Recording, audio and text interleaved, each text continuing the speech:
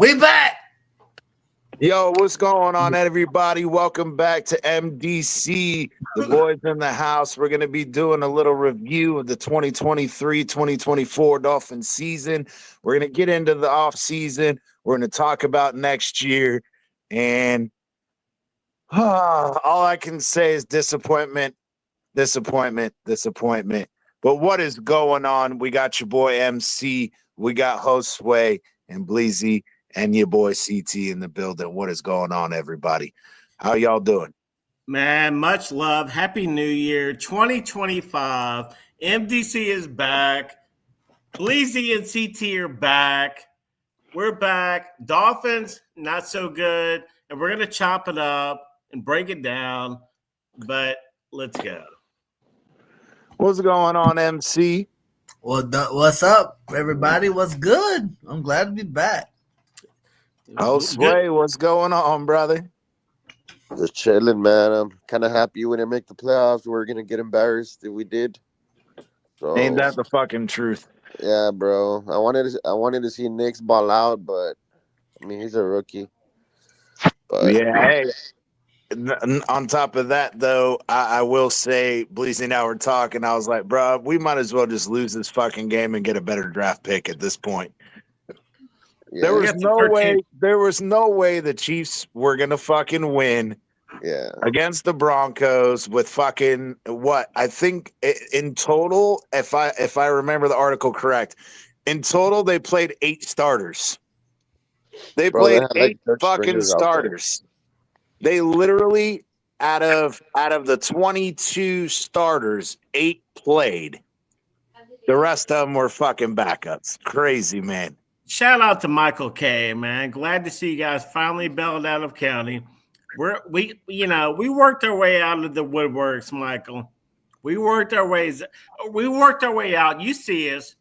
We never worked on anywhere. We didn't have to work out of shit, bro. We just, bro, when your team is shit and your fucking GM is shit, right. We're gonna get into it, but man, there's really not a lot to fucking hold on to. People want to talk about, oh, it could have been this, could have been that, and yada yada. Man, it was a clusterfuck from the beginning.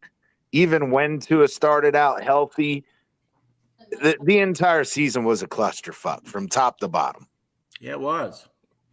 And I hate to say this because a lot of people wanted to bring out the whole shit of, oh, Brian Flores came back and won this many games in a row and yada, yada. Well, so did Mike McDaniel. But at the end of the fucking day, the problem is that you shouldn't have been in that position to begin with. And that's the biggest issue now. And we'll dive into the Greer shit and all that first or later. But I want to get everybody's, overall opinions on the season. And then we'll start breaking that shit down. Go ahead, Josue. Start us off. How do you feel about the season, and what were your overall takes? Well, first of all, I'm happy to be back here with you all. I really missed you guys. Yep. No homo, you, bro. Bleezy, right. How's your mom doing, bro? How's your brother?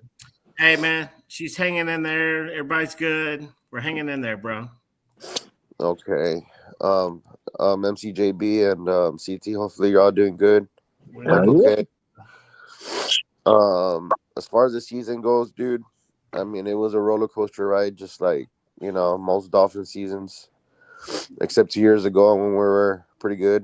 And last year, I think we were number 1 offense too, but I was happy with the defense, the way we improved, especially the second half of the season. But our offense, just Tua, man, he just can't stay on the field. He can't stay healthy. And I'm pretty much just done with it, dude. I'm tired. Like, Tua is not the solution. Like, we need to replace him. And McDaniel, that's a whole nother conversation.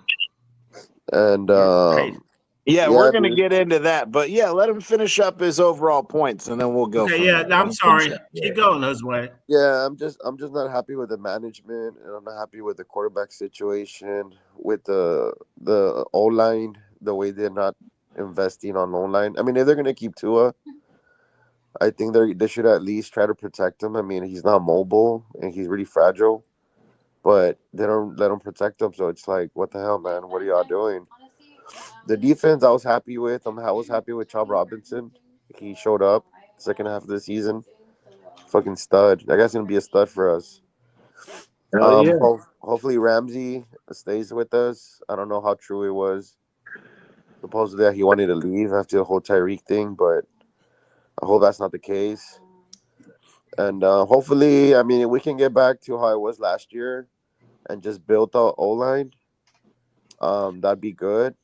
So yeah, dude. Okay. I mean, That's can pretty I much cut you off, Jose? Yeah, dude. I I'm guess pretty much done. I mean we'll get into it, but let's welcome our other guests. We got Yeah, hold on. You done fucked us. You done fucked me up because you added them and then it changed all the slots. But let's go to Big Philly. Let's get his yes. reactions. We'll go What's to up, Big Colin. We'll go to Philly? MC, and then we'll come back We to got us, and then we'll Colin. get into it. What's up, Big So yes, Philly? sir. Good Big seeing Philly you, and bro. Colin in the building, man. So Big Yes, Philly, sir. give us your fucking overall opinion on the season. It's bullshit, but it is what it is. This is bullshit. I don't know. So Can we're you gonna guys hear me? keep it. Yeah, we can hear you. I All was right. gonna say, damn, Oh you yeah, we short and got you, simple, bro. huh? Damn. No, Nah, we go got for you. it. What do you want me to say? That me Just your hounding for. overall impressions, and then we're gonna get into. Yeah. It's not what we expected. 8-9 is not what any of us expected. So, but I also understand too there was injuries. We didn't have Tua for 4 games, and you could say Tyreek's wrist injury didn't help him a little bit. You could say that. You could say them not having Bradley Chubbs coming back at all, which was pretty unexpected. Them losing Phillips again was unexpected. So I mean, there's a lot to it. There's some stuff there's some stuff that we did. Tua signing, I'm not upset about. I mean, at the end of the day, they had a decision to make. And although some of us said that they should play him on the 5th-year option, doesn't mean he was going to play on the 5th year. Just because we wanted him to play doesn't mean he was going to play. Not saying that he wasn't, but at that time, he did have one complete season. And even the season before that, before he went out, he was on pace to match what he did last season in yardage. So they were already talking about MVP talks week 8 when we started 8-0. So I mean, at the end of the day, I could see why they paid him the money, and I'm not upset that they paid him. But to what you pointed to, you're not surrounding him with the offensive line. You're not rebuilding the offensive line. We heard Chris Greer talk about that at the end on his end of season presser, that they're finally going to listen to what the fans have been saying, and they're going to invest in their own line, which is what they should have done when you have a quarterback that has missed time like Tua. So yeah, there's some stuff there. Danny Crossman leaving. I like what Anthony Weaver did. There's some upside there on the defense. Defense played aggressive. I liked how the defense played. I mean, there were some games obviously that they gave up some points, like the Arizona game, but nonetheless, they still played well the entire season. I can't complain.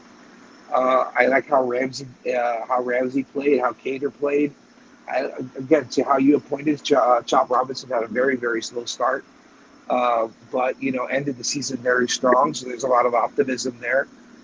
They need to focus on the defensive tackle position this off season. Hopefully Calais stays another year, but I doubt he will.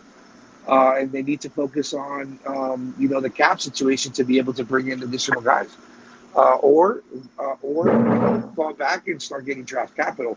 And the way you do that is by moving some pieces.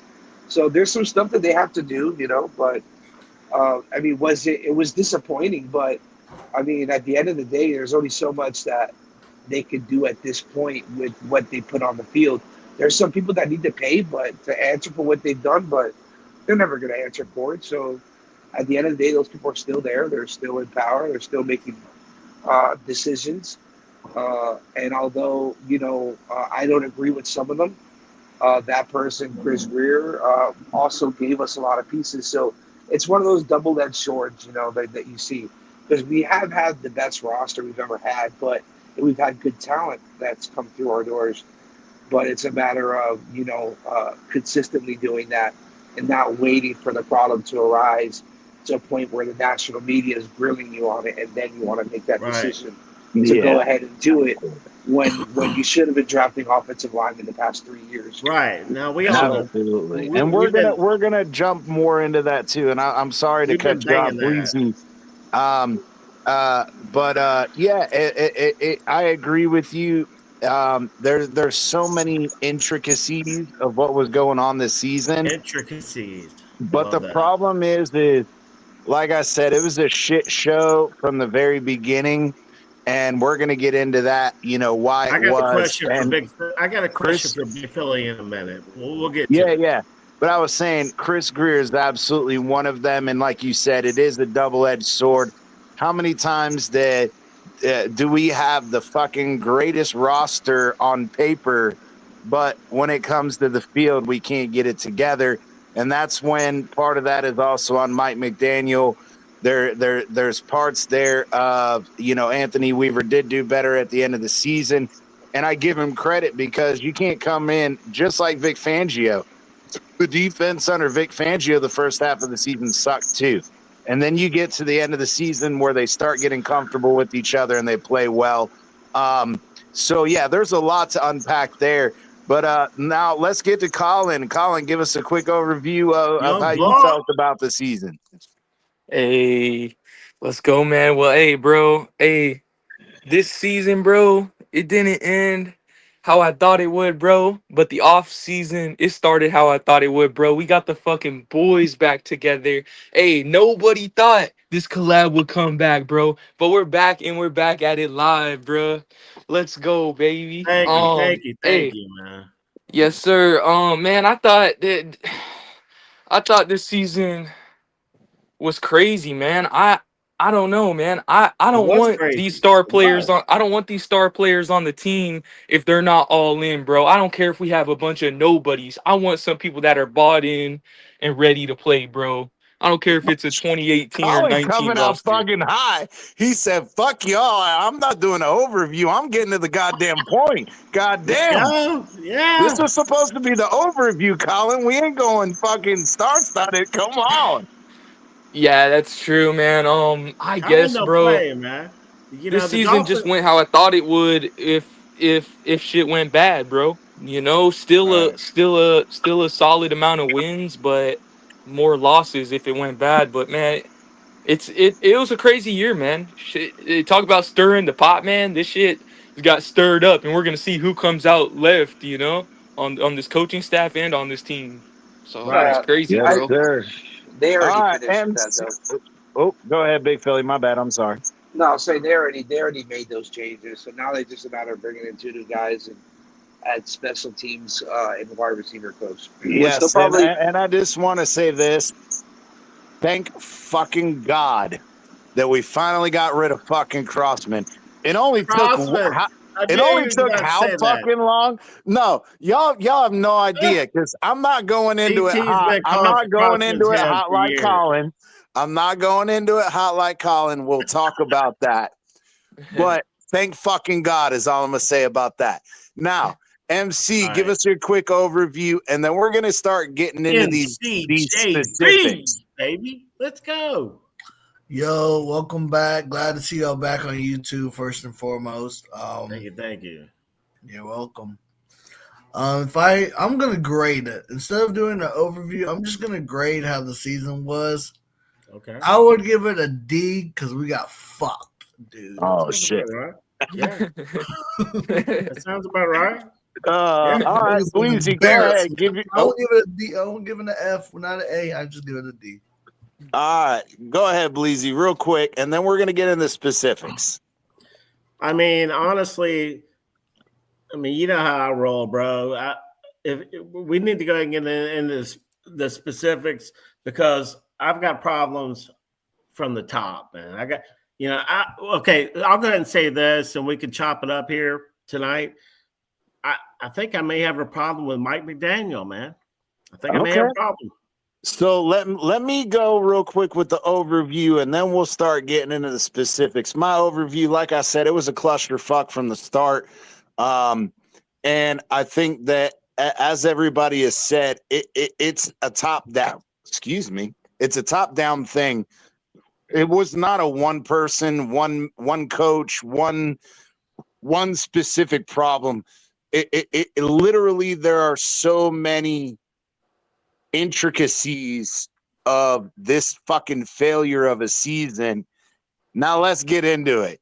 The first one, and we're all going to talk about it, Chris Grier keeping his job. I'm stunned. The reason being is we've talked about this. Ross likes to keep coaches for 3 years. Obviously, he kept McDaniel going into a 4th year. The only exception was Joe Philbin, who got 3 years and 4 games. Now, him keeping Mike McDaniel, but then again, a 5-year timeline is normally when he moves off a GM, a la the first one was Garfinkel, or not Garfinkel. What was his name? It was a G. He used to be one of the guys that ran one of his other companies. Anyway, then you had Tannenbaum, and we had him for 5 years. Well, now we had Grier for 5 years, and I figured, okay, with this fucking shit of a season, I thought this would be the time. And I'm shocked it's not. I want to go through everybody. We'll start with Josue, and then anybody will comment back and forth.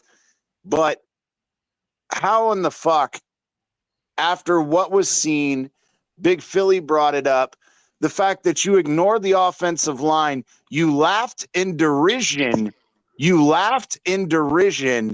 At the fucking people asking you questions about the deficiencies on the offensive line.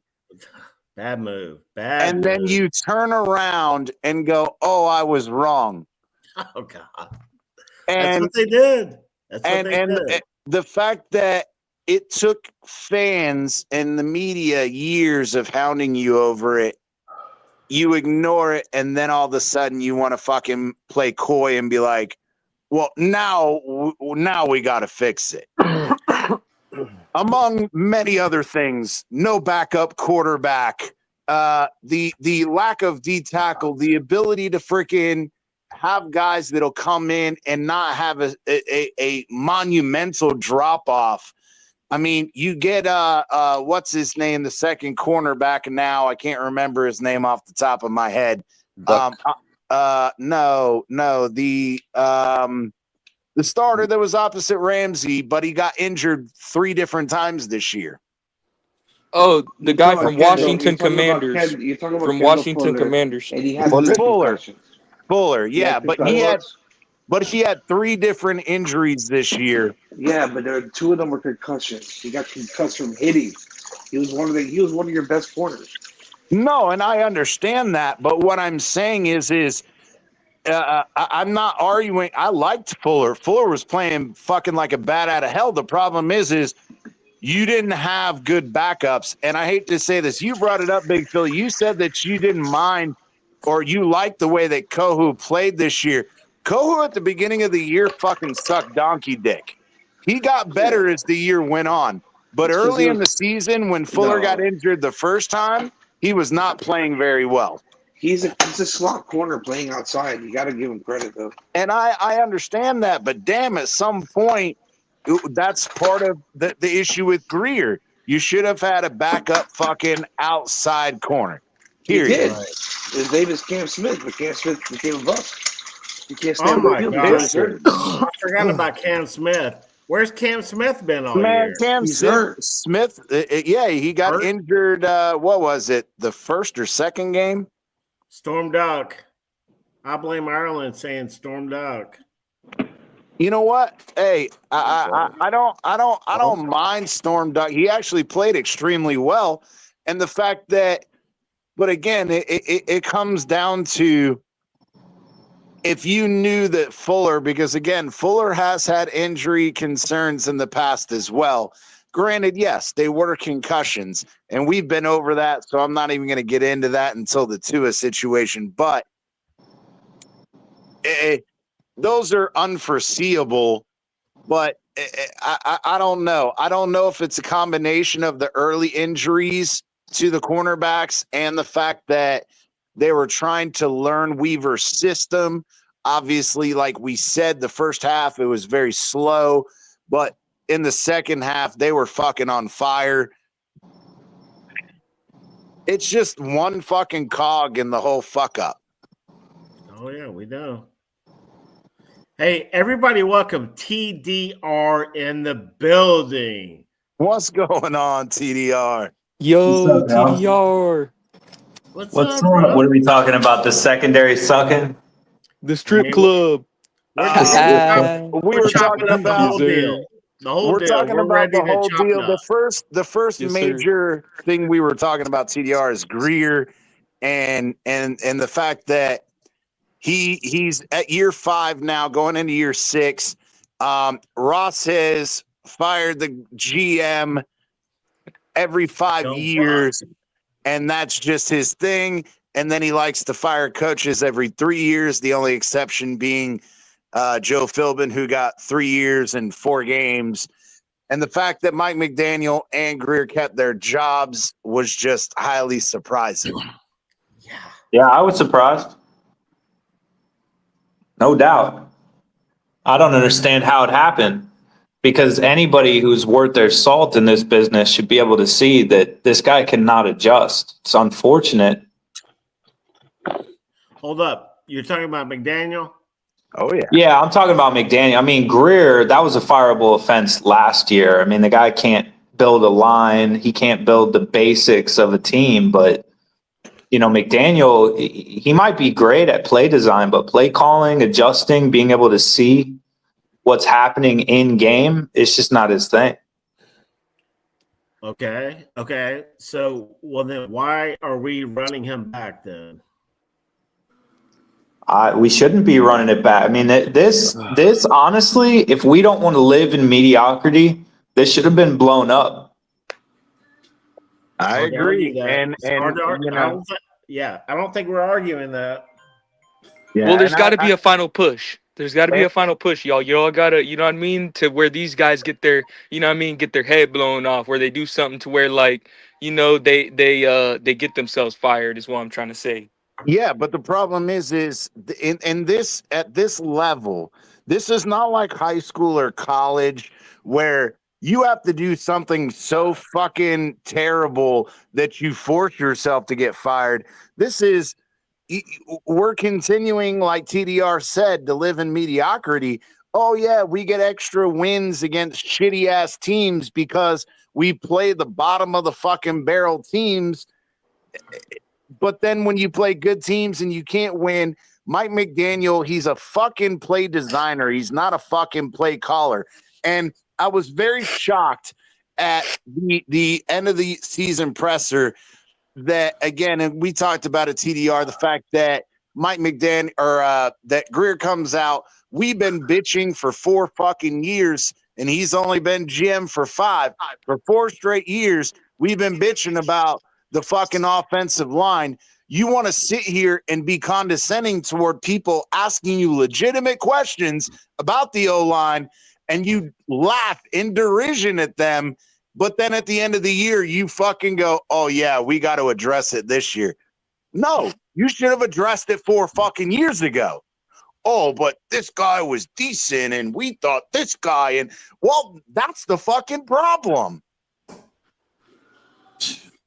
And then you have Mike McDaniel where he's blatantly asked again, and this is something that really fucking pisses me off, is you have the ability to come out, you get asked again for like the 10th time, you're a great play designer. Do you think you should be delegating somebody else to call plays? Well, if I thought there was somebody better, I'd do it. Well, obviously your play calling ain't fucking working. And just like you brought up, TDR, he can't adjust at halftime.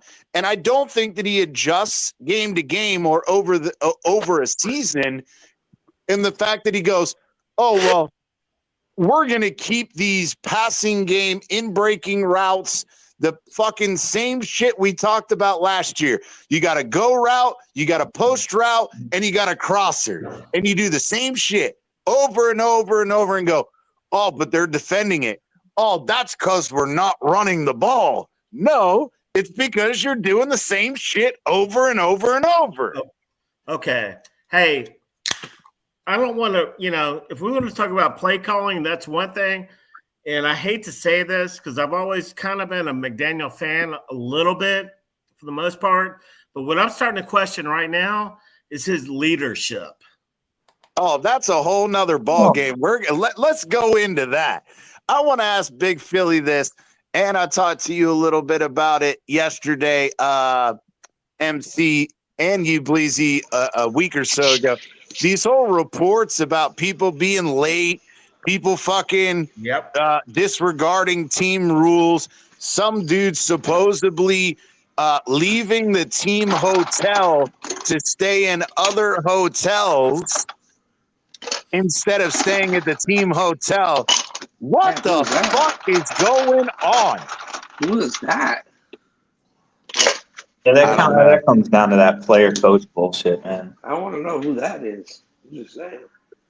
But yeah, no, go ahead, Big Philly, because we were talking the last time I talked to we were on Big Philly's show, and that I was on Big Philly's show, and that was one of the things that was brought up is the rumors of players not staying at the team hotel and going to other hotels. Hey, let me say something real quick. I'm sorry to interrupt. Go ahead. Before Big Philly chimes in, there's just no accountability at all. That's the issue in the whole facility. Like, there's no accountability in management. No one holds them accountable. That starts at the top, bro. Exactly. That's exactly. It's an owner also. It's an owner problem too. Problem too, and a manager. Yeah, and they need a like a coach, like kind of like a Rabel, like a Campbell type of coach, or Dan Campbell. That's why I kind of brought up McDaniel, because what I'm starting to worry about right now is, can he lead a team? I mean, right now he kind of lost control of the team at the end of the year, so we expect him to come back next year. But at the end of the year, no. These rumors about the fucking team hotel shit was happening in the fucking middle of the year. And the crazy part about that is you take on top of that Mike McDaniel being asked in the end of the year presser about finding players for being late for meeting.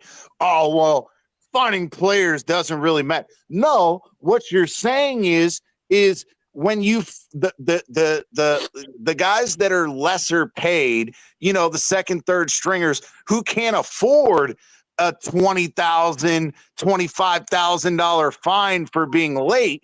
But then you have Tyreek, who doesn't even want to fucking play in a game, but he's making so much money. He goes, oh, well, fuck you. Fine me 20 grand. I could fucking be late every goddamn day, every fucking day, the whole fucking season, and I'm still making fucking bank. That's a problem. Right. That's a problem that when he goes, oh, well, I've seen it through multiple, stops I've been in, that finding players really doesn't help. No, that's a fucking lie. You're saying when you have players that are so fucking rich that they don't give a fuck enough about the team nor their teammates to be on time, that's a culture problem. That's not a culture. They don't have a money problem. That's a culture problem. I agree with that. You can't argue that. Like, have you ever seen these like gentle parents, right? Oh God, let's not even go there. No, I'm just saying. All right. So just as an example, all right, that there's different types of parenting, right? So you got your kids that run around and they don't fucking listen. I mean, I love my sister, but she does that with my niece, She just lets her run around in the fucking parking lot, dude. And I'm like, and she's like, oh, I'd really like for you to get in the car. I'd like for you to get in the car. And she almost gets hit by a car and I have to fucking grab her. Right. And then you have these other types of parents that are like, get your ass in the car. You're a fucking idiot. I can't believe it. You know what could happen? Blah, blah, blah. That shit. Right. And then there's the parents that are like, get in the car. I'm going to take your Oculus. There are repercussions in life, you know? And so I think McDaniel is this gentle parent with them. I think Flores was the fucking asshole parent. Yeah. Right. And what we need is somebody that is a coach that's going to just tell you, hey, look, bud, there are going to be repercussions. So you sure you want to do this? Somebody in between. And that's where I wanted to say this, and I want Colin's perspective as well as Big Phillies too and elsewise. But when he said that essentially he would quote unquote figure it out. Now, that really fucking rubbed me the wrong way.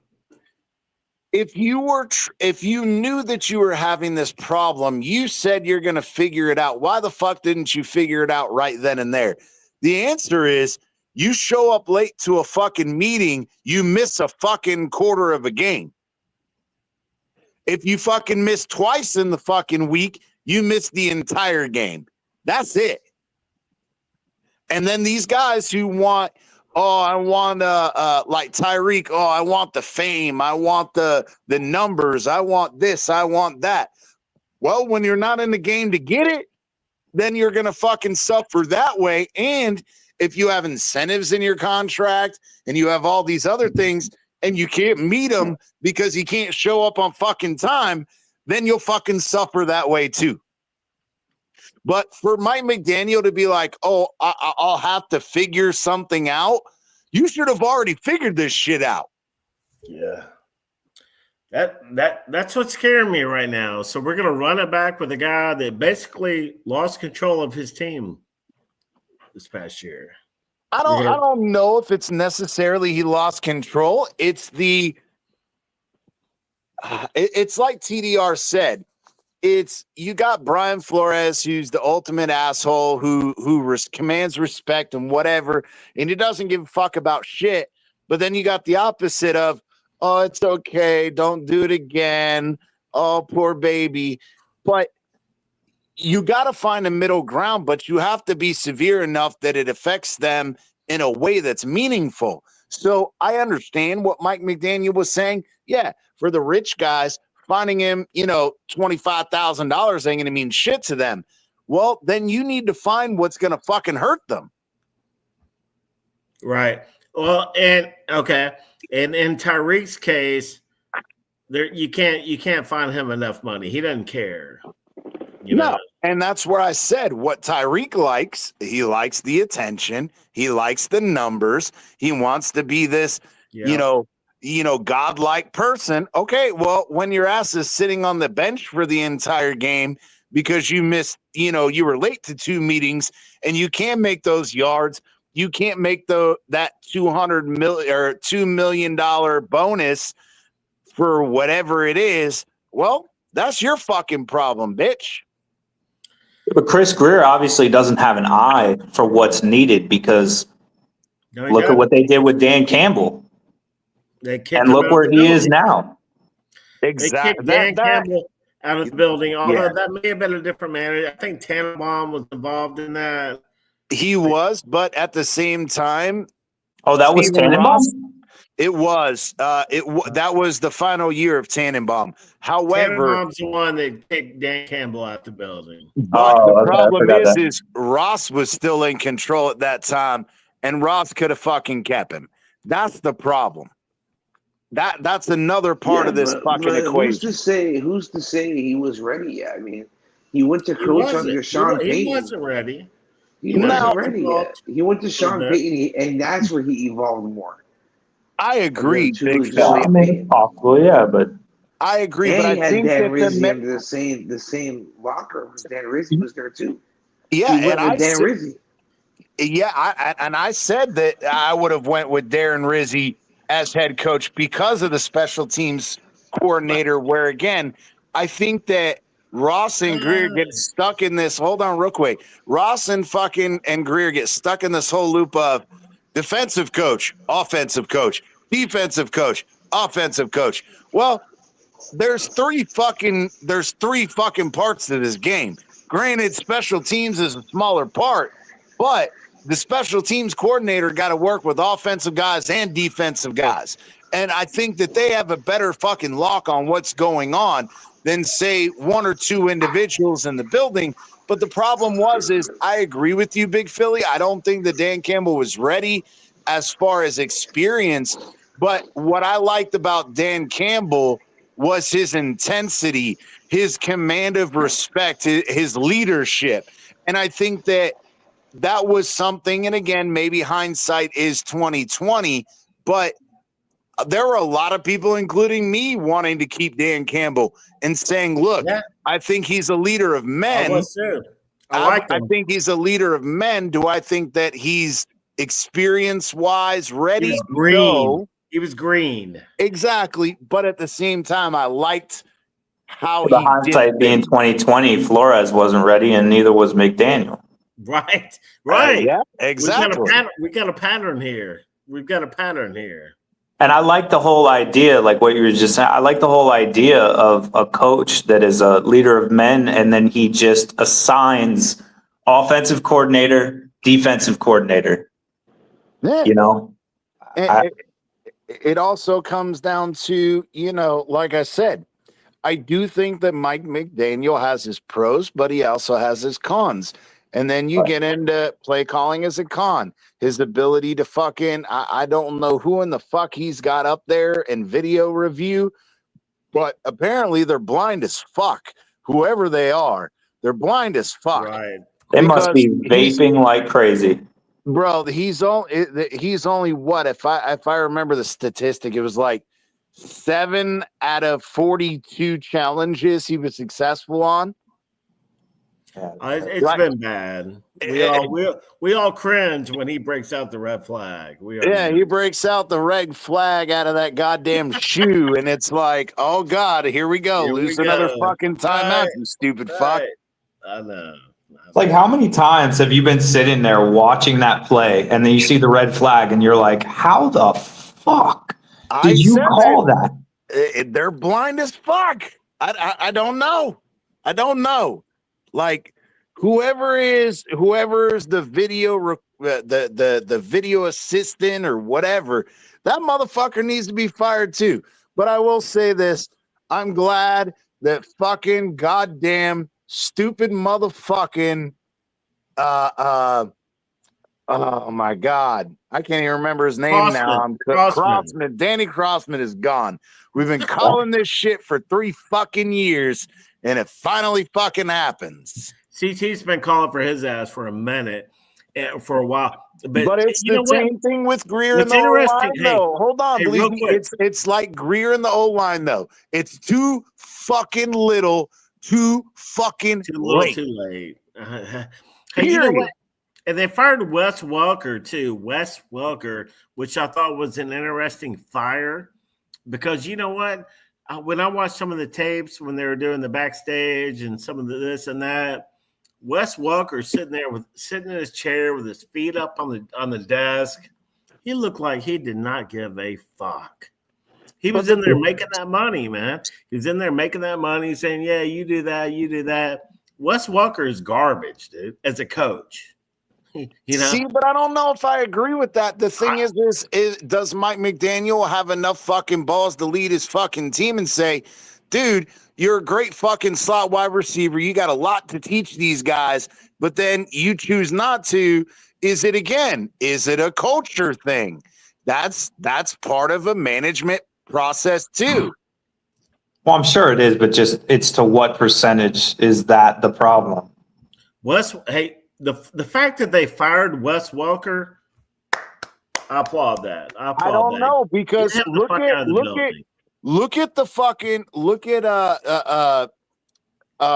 what was it? Grant DeBose. Dude is a fucking nobody, but he comes in the system and he's doing well. Is that because he was getting good coaching from Welker, or is that natural talent, whatever? Well, obviously the question can be, and in my head it is if the play calling and the scheme doesn't evolve, and you're asking the guys to do the receivers to do the same shit over and over and over, maybe Welker's like, there ain't shit I could teach them. You're just running the same shit over and over. Could be. It could be. I don't know. I think with Tua, like he has to have extreme trust in that guy going over the middle because he throws right at the safety so much. So you saw that he pulled away from it, and then he started getting into some throws over the middle at the end of the year with Malik Washington. I think he's just got to have extreme trust in guys. And he only really trusts Waddle and Hill, and they had like in the above 500 teams that we played, they were like worst in the league in separation. But another caveat to that is teams have now solidified their defensive game plan around Waddle and Hill. Then you get into, okay, well, they've done that before. Well, you bring in Jonnu Smith, who can play underneath of those fucking routes, and he was highly successful. He had the fucking most yards and catches of his entire career this year. I saw Why that. weren't I saw you that doing? stat. Why didn't you make that adjustment 2 years ago when people started keying in defensively on Waddle and Hill? That's where, again, you're a play designer. You're not a play caller. And I have issue with that. And again, when Mike McDaniel in the end of the year presser wanted to keep saying, oh, well, if you run the ball, it opens it up. If you run the ball, it opens it up. Yes, that's true. But what happens if you don't have the O-line to fucking run the ball? And what are you going to do? Are you going to keep banging your fucking head against the wall and keep trying shit that's not working? Or are you going to adjust? And Mike McDaniel cannot adjust, period. I'm sorry. No. He didn't even start getting Jonnu Smith involved until the Arizona game this year. And that was, and from my understanding, and I've heard this, and I don't know if it's true, but it was at the behest of Darrell Bevel, who said, hey, you need to start fucking using him, because remember, Bevel is not only a former tight end coach, he's the former offensive line coach. If the offensive line isn't giving you the run game and they're trying to play fucking deep on Hill and Waddle, you need to get the tight end involved. When it takes a fucking offensive coordinator to point out something that you can't see, maybe he should be the one calling the goddamn plays. You know, he called plays in a Super Bowl for the Seattle Seahawks. Mike McDaniel, but TDR. No, I'm talking about Darrell Bevel. I'm talking about Darrell Bevel. I know, but Mike McDaniel said if there was a better option at play caller, he would step down. Yeah, he can't see it. That's the problem. That's why we're wrong. Sometimes we can't see when we're wrong until after, right? No, he's a fucking pompous prick. Yes, you're good at play design. Great. But like you just said, he's called plays in a Super Bowl. He's fucking had play calling experience. You have never had play calling experience. But then when you're blatantly asked, just like Greer and the O-line shit, you're going to fucking lie to our faces. You're going to go, oh, well, if I could see that somebody was better, I'd do it. No, you won't, because you're a pompous fucking prick. Let's go. I told you, Bleezy, if we're going to do this show, it's going to get nasty, because I'm going to call we're it like it is, brother. We're going to call it like it is. We always have, man. And that's what I'm saying. That's what's scaring me. I'm like, we're going to run this back? Is that what we're doing? Who said Waddle and Hill was open all year? Jesus Christ, man.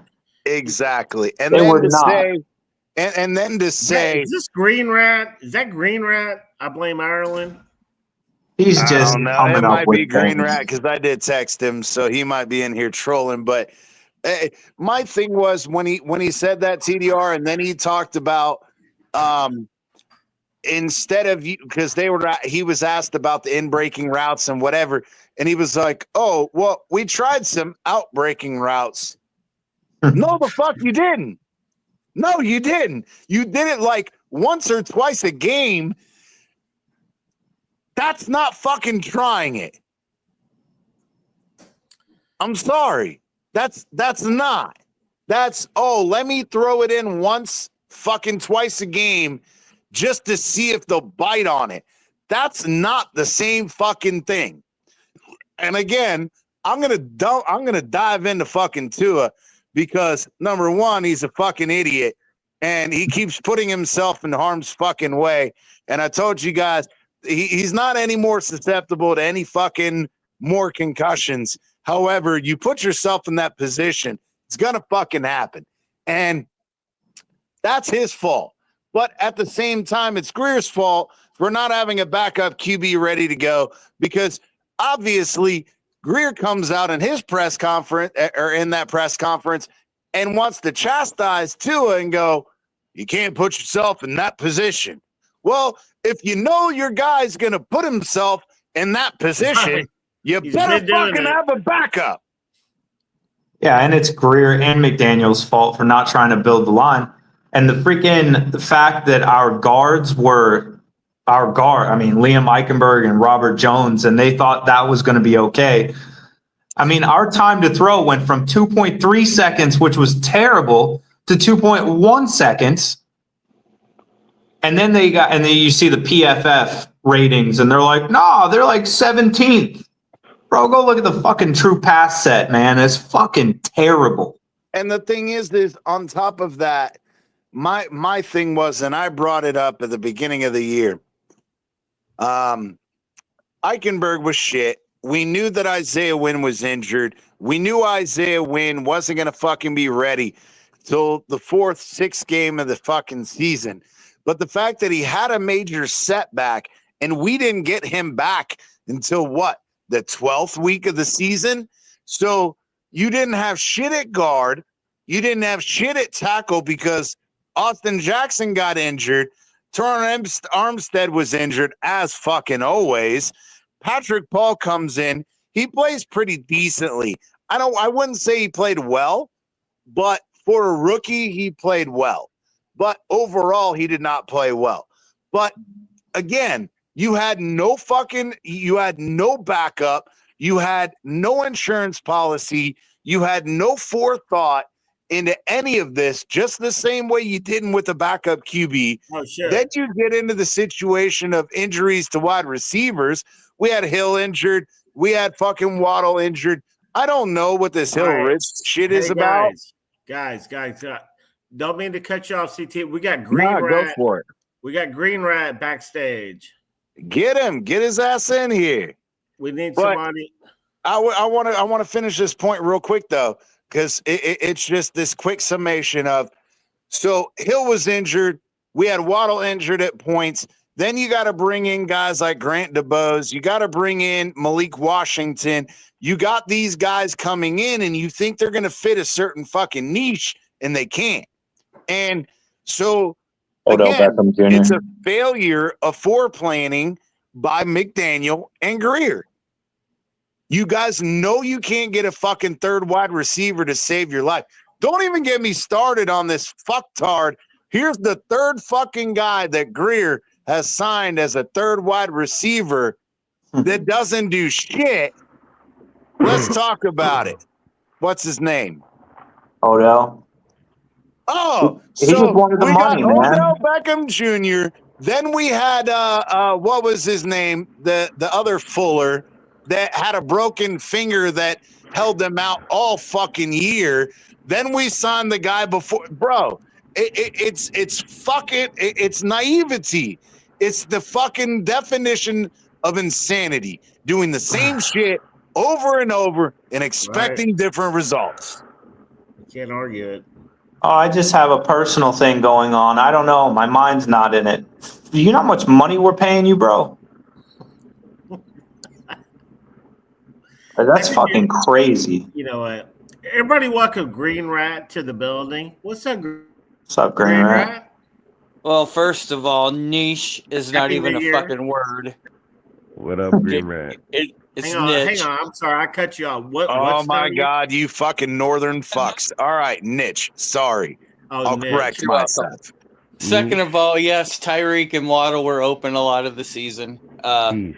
But the plays were designed to go to Jonnu and A-Chain out of the backfield. So they did have separation. It just, Tua throws to whoever McDaniel tells him to throw to. So Right. Are you sure you're looking at the it's just film? the way it is. And you know this. I mean, It's true. Yeah. Did you look at the film, Green Rat? Jesus. yes, I did. I don't They believe were you. open. I mean, all those passes breaking into the middle, they were open. We just had to throw them. But we were waiting and throwing to Jonnu or throwing a ton of fucking outlets to A-Chain, which kind of was the receiver screen passes that we did a lot the less bubble than we did the year screens. before. Yep. That Little CT bubble screens. hates. Yeah, But- the fucking bubble and fucking tunnel screens over and over and over. Right. So, but we didn't do very many of them this year. So, I mean, I figured you'd be happy about that. But The fuck we didn't. They just threw it to a running back instead of a wide receiver. well, Bro, they threw H10 tore it little. up in fantasy. They dumped it off more than it was. Whatever. Yeah, you but just guys like want what to you call were it. saying right there, when you look at the film, man, you have to be able to understand when a guy is going out for the screen. He's completely blind to whatever else, and the defense is showing that, or the defense sees it, so they're going to adjust towards that. So sometimes somebody looks like they'd be open, they're not, because they're not even in play. Well, Waddle and Tyreek weren't sitting there getting receiver screens all year. They were running patterns and stuff. Because they were trying to stretch the field. Obviously, but it still doesn't mean that they weren't getting the separation. And if Tua would have played more like, I don't know, a Josh Allen or a Well, how Tom is that gonna Brady or happen? something, or a Tom Brady, he would have read the defense and went ahead and thrown it. That's why I want Tua to call his own plays and let him fucking decide what to do with the ball. Hey, But nevertheless, the main point I come up here is it's really simple why Greer, McDaniel, and Tua and stuff, we kept everybody is after next year, you can get off Tua. We're going to blow it up. You can blow it up. You can get rid of Greer. You can get rid of McDaniel. It makes absolutely no sense financially or any other way not to let them have their last hurrah. Oh, wow. You Okay. understand what I'm saying? Hot take. With the conspiracy theories. Let's Okay. go. Well, why wouldn't I've you, actually though? said the same thing. I actually agree with Green Rat. I I do agree agree too. with Hot Green take. Rat. I'm I just agree with saying, you. I'm just fucking with them. I mean, I do agree with that's you. truly what I believe has happened and stuff. Because if you take Greer away, then that means that McDaniel's out the should have door. another 2 years. No, that Yeah. makes perfect sense. We're going to Yeah. give them one more year. We're going to give McDaniel one more year. Yes. It's all And- one and done for all three of them if it doesn't And go if well it next doesn't year. work out, blow it up. I agree, Green Rat. I agree. Yeah, 'Cause that sounds about right. It was, but the thing was, Green Rat, and we've talked about it before. It didn't make sense for me, but now that you bring that up, it does, because remember, Ross only hangs on to GMs for 5 years. Ross only hangs on to coaches for 3 years. There you go. This Yeah, is I the year. mean- Hold on. This is the year that it lines up that if they give him one more year, he'll fucking fire them all. So it does make sense to me now that you bring that. So when you get a new GM and stuff, what does the GM like to do? Pick his Brings coach in a and pick new his coach, quarterback, right? and then GM brings in a new coach. A new coach brings in a new quarterback. right, what but you it do- all usually what you happens at do- the same time. If When you in do a best rebuild case like scenario, that, when you do a rebuild, if you're going to pull the trigger and blow it up, you fire the GM and you fire the coach. That's how it goes and down. just think, Hill will be gone, Chubb will be gone, Armstead, so they'll be good in 2 years. I mean, yeah, because I love Big Philly, and him and we talk privately. I know a buddy who is very familiar with Calais Campbell. Calais Campbell is not coming back to Miami. He's going to retire. Imagine that. Imagine that. He the said dude was that a fucking animal. Although the defense was just average. exactly, but I will say this: they are going to offer him quite a bit. He's going to turn it down. He doesn't see this the same way that he did before the trade deadline. He's not in the same mindset. He sees the clusterfuck that's going on, and he's not interested. Dude, you know what I said? I said this in I think, but I don't blame him though, because as old as he is, to go through another fucking off season, another season. You know what? I understand where he's coming from. I would hire Calais as a head coach. I don't know if Calais Campbell has coaching experience. I have no clue if he does. But the man is a leader. He's a leader of men. I'd hire him as a position coach, but no, he's not ready for a head coach. I mean, once again, he's green, but Dan Campbell was green too when we worked with them. Yeah, but I could see Calais Campbell, maybe not for us right now, but I could see Calais Campbell being a head coach one day. I can see that. Maybe.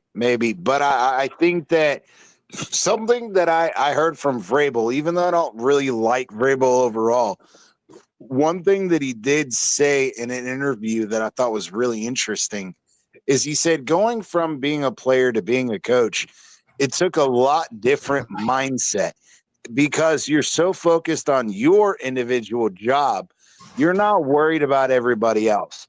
And then to try to integrate yourself into not only as a defensive tackle, but then defensive line, defensive, linebackers, cornerbacks. Then all of a sudden, I got to worry about the offense. And again, we've been over this. You can hire the right people, but the track record for Stephen Ross is not very good for hiring the right people.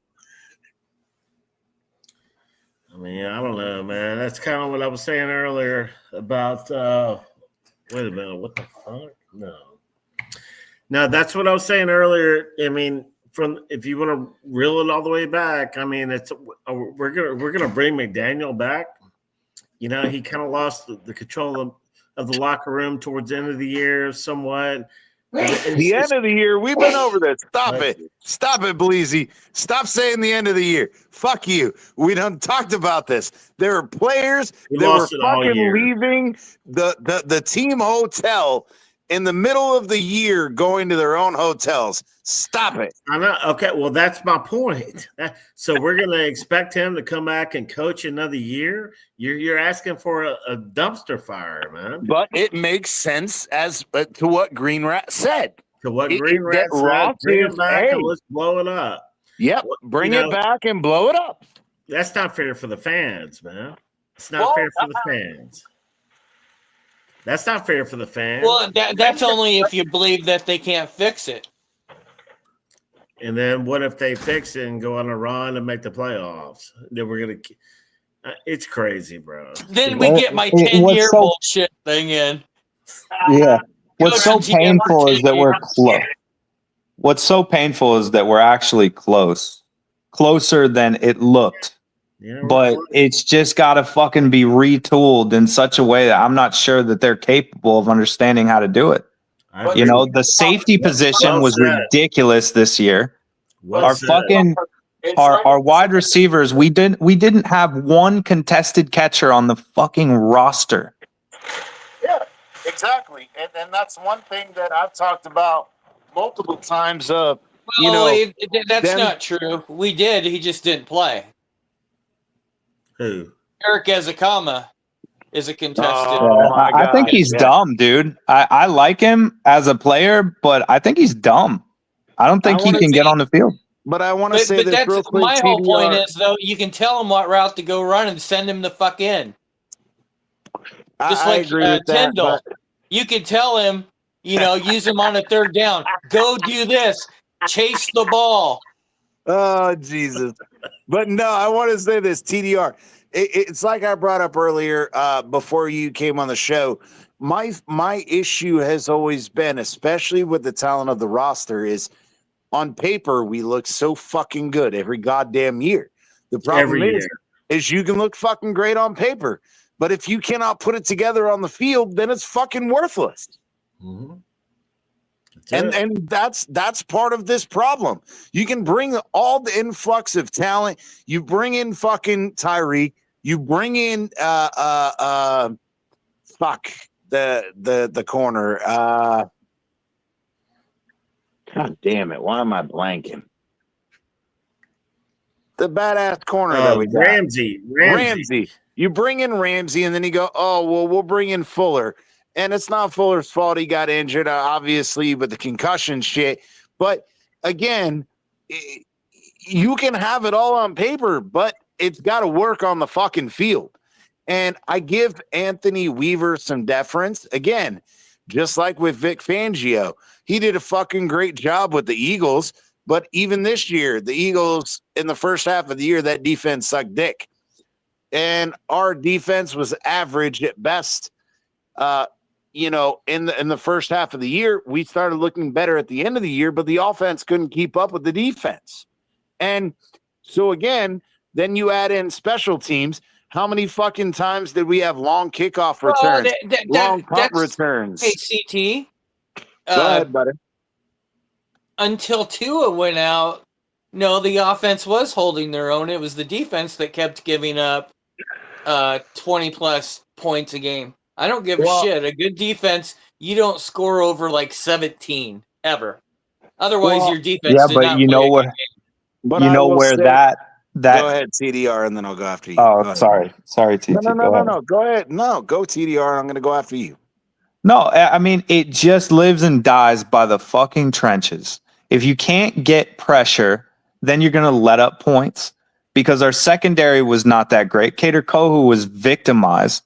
So when they started, it was really bad up front. We weren't getting any pressure. And then as it went, Chop started to develop. Guys started to step up. It started to look a little bit different.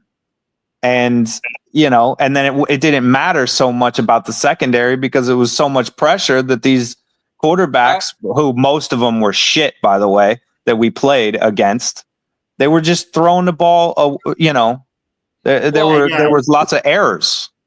I would push back on the Chop thing. I believe he was playing well all year. Rob Robinson, played good. It's just he wasn't getting the sacks and stuff. What turned it is all once he started to get sacks and Yeah, well, and stuff like that. But if you go back and compare him to Jalen Phillips his first year, he actually was closer to the quarterback, had more tackles in every category. He was ahead of Phillips. I think Phillips did end the year with more sacks, but hey guys, Green Rat, not to cut you off. Everybody welcome James. I invited him on the stream. He's not going to stay long, but he's a neutral observer. He's a closet Dolphins fan, in my opinion. And what's up, James? What's up, James? Tell us your take. James doesn't want to talk because, remember, I love you, James, and I do remember he's a Saints fan. He don't want to talk about what's going on with the Saints. Who that? James, give us your take on the Dolphins, man. Talk to us.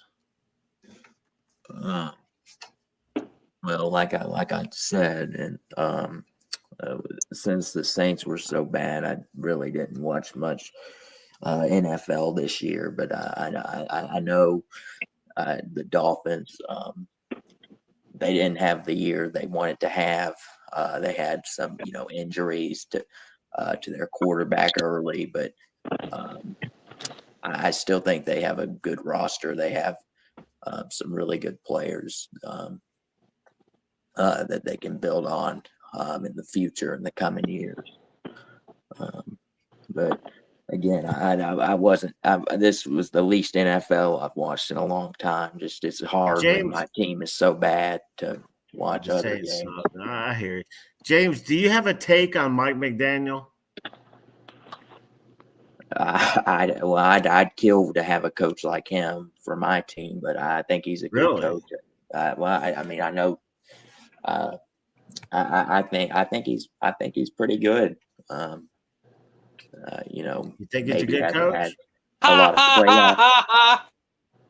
Hasn't had a lot of playoff success, but but we'll see. Again, I don't know. You would take him from the Saints, though. You would jump on if we fired McDaniel. You're saying the Saints would jump on him? We jump on anyone who's had success in the league. I mean, we're in a bad situation, man. Yeah. Well, the problem with how this works is if you guys took Mike McDaniel from us, you'd probably go to the Super Bowl because that's our fucking luck. Right. Either that or, the fact that, Sean Payton goes to fucking, the Raiders or wherever the fuck he's at now? Denver, sorry. Denver, yeah. With Bo Nix. And then he was like, oh, I didn't want to fucking deal with the Saints after Drew Brees left.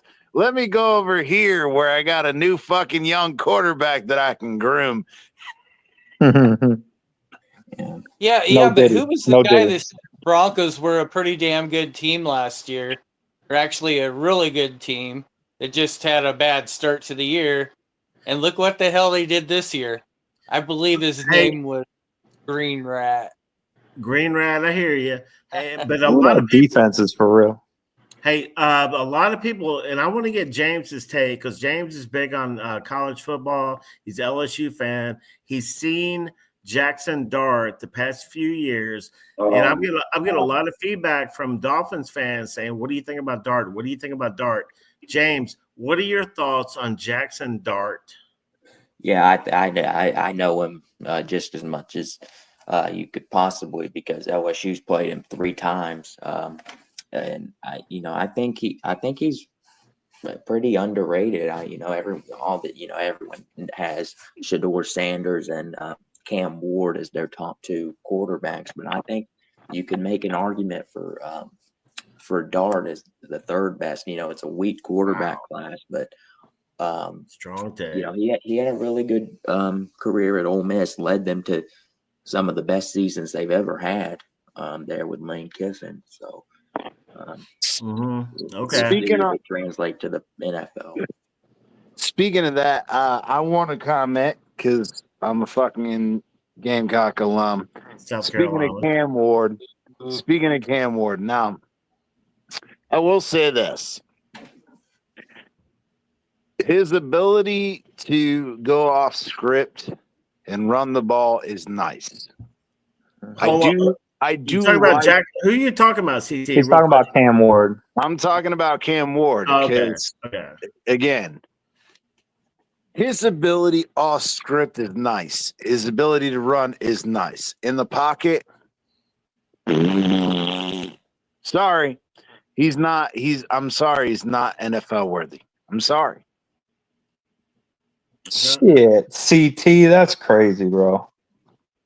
In the pocket, bro, I watch every South Carolina game. Every fucking game. There, when it comes to, again, you're playing, especially South Carolina schedule this year. Granted, yes, we played 4 fucking top 10 teams. We won 3 of those 4 games against top 10 teams. I'm not saying that he's a terrible quarterback. I'm saying in the NFL, he's not going to have the room to run. He's not going – they're going to scheme him different than he plays against college teams. I think that he's a bit overrated in that aspect. In the pocket, he's average at best in the pocket. And I don't think that translates well to the NFL. James, do you have a take on Cam Ward? Well, he had a really good year this year. He was a Heisman finalist, but I didn't watch a ton of him. But you never know if these quarterbacks will translate to the NFL. I mean, I think he has a point, but I think he'll definitely be probably a top 5 pick because teams are so desperate for quarterbacks. Right. I think a lot of the confusion with Cam Ward is because he had so much time to throw.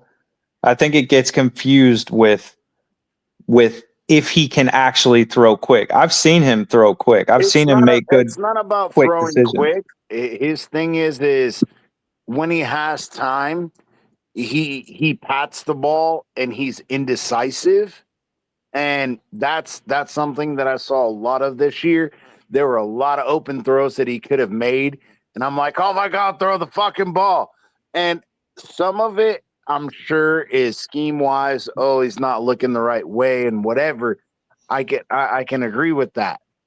But there were times where he had wide open dudes that he's staring at, that he pumps, he pats the ball, and he's indecisive. Can you coach that out of him? Probably, maybe. But my thing is I don't think he's NFL ready right out of the gate. I just don't. They had the number 1 offense for a long while through the season. Yeah, I mean, when I watched them play, once Akers, our leading running back, was injured with a broken leg, our numbers dipped significantly. Hey, real quick, I want to get James's take because he'll drop off probably here in a minute or so. But James, I said on somebody's stream the other day, I would take Ewers from Texas before I took Dart. What do you think about that? No. Shit. I think Quinn Ewers. I think he. I saw he had some teams were offering him a lot of money to transfer and stay in college. I just don't think he's going to be any good at the next level. I don't think he was that good this year at Texas. He was an insanely highly rated high school prospect. He showed a lot. He showed flashes. I'm just not that high on Quinn Ewers. I agree with James. I am not a Ewers fan. Okay. I would take Cam Ward over Ewers. I would take Cam Ward over Ewers. Oh, I would take Cam Ward for sure. I'm talking about Dart. I don't know. I think I would take Ewers before I took Dart. Well, I was just going to say real quick about Cam Ward. I know what you're talking about, that he looks like he's indecisive. They had the highest rated offense for a long time, and the reason was because he knew what he had with George and with Restrepo and all those guys.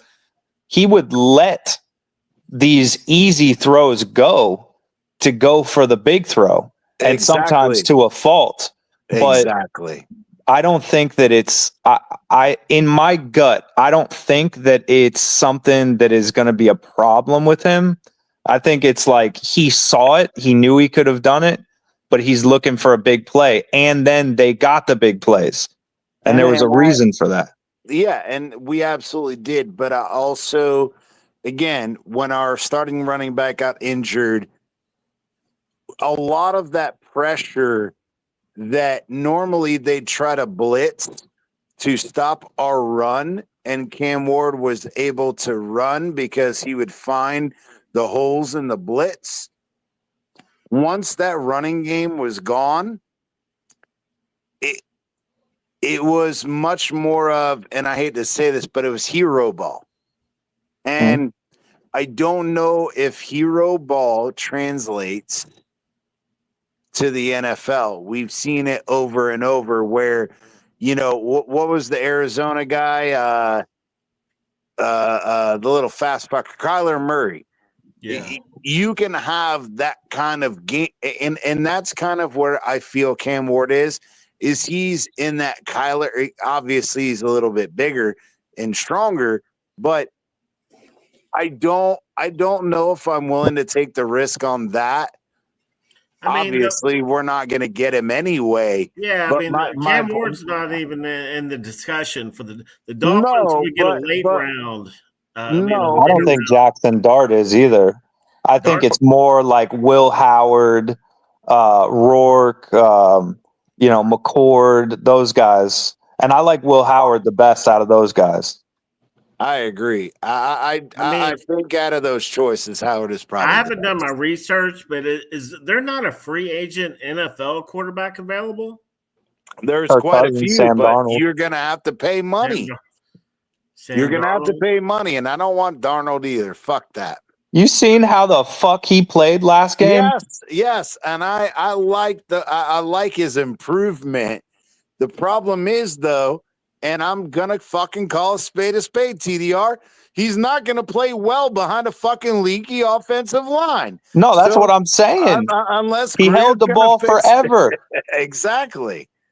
So the quarterback that they're gonna take is gonna be 100% the opposite of what Tua does. Jalen Milroe. That's even already been stated. Milroe, how about Milroe? Will he be available? I don't know. I don't watch any college football. So. Hey James, what's your take on Milroe? You think he'll translate to the NFL? Well, Milroe, his two best games of his entire college career came against my team. So he said, "I don't want to talk about that." He had some other good games, but overall,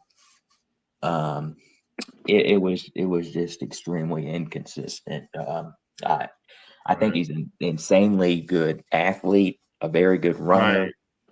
He's got a huge arm, but outside of that, I don't think the NFL is going to be able to turn him into something other than, maybe like a Taysom Hill or something like that. Some backup. Maybe I feel like he's an Anthony Richardson. That's what he feels like to me. That's where I hate to say it, but I almost feel like Cam Ward's in that same category. No, he doesn't run like that though. Like he's so cool in the pocket. I'm more saying of he's got the running ability, but he's not a pocket passer. That's kind of the comparison I'm trying to make. Oh no, I gotta disagree. I think that he is 90% pocket passer. I think he barely runs, dude. Like when he runs, it's he's picky and choosy about it. I think Cam Ward if you were a fucking Gamecock fan and you watched every game and every snap, there are times where you go, what the fuck are you doing? And I hate to say this because I'm not being a dick. I'm not clowning on the guy. It's you've got the physical ability, but do you have the mental ability? And wait, I'm lost. When was he a Gamecock? No, I'm talking about Cam Ward. I was making a comparison to the Gamecocks. Oh my God. So we were talking about Cam Ward and they were talking about Spencer Rattler. No, God damn it. The dude we were just talking about. His ability to run. Milroe? Yeah, Milroe. You've got the ability to run and just like Cam Ward does, but do you have the mental processing ability? And that's where I don't know. He played for the Canes, right? And before that, he played for Washington State. Yeah, and I agree. I think that in the long term, you could probably develop these guys into decent quarterbacks. But the Dolphins aren't there. If we're in the fucking win now mode, you've got to get somebody who's the full fucking package. No, none of these guys are even rated higher than JJ McCarthy last year. Exactly, and that's my whole point. Is I'm not going to waste a pick on it.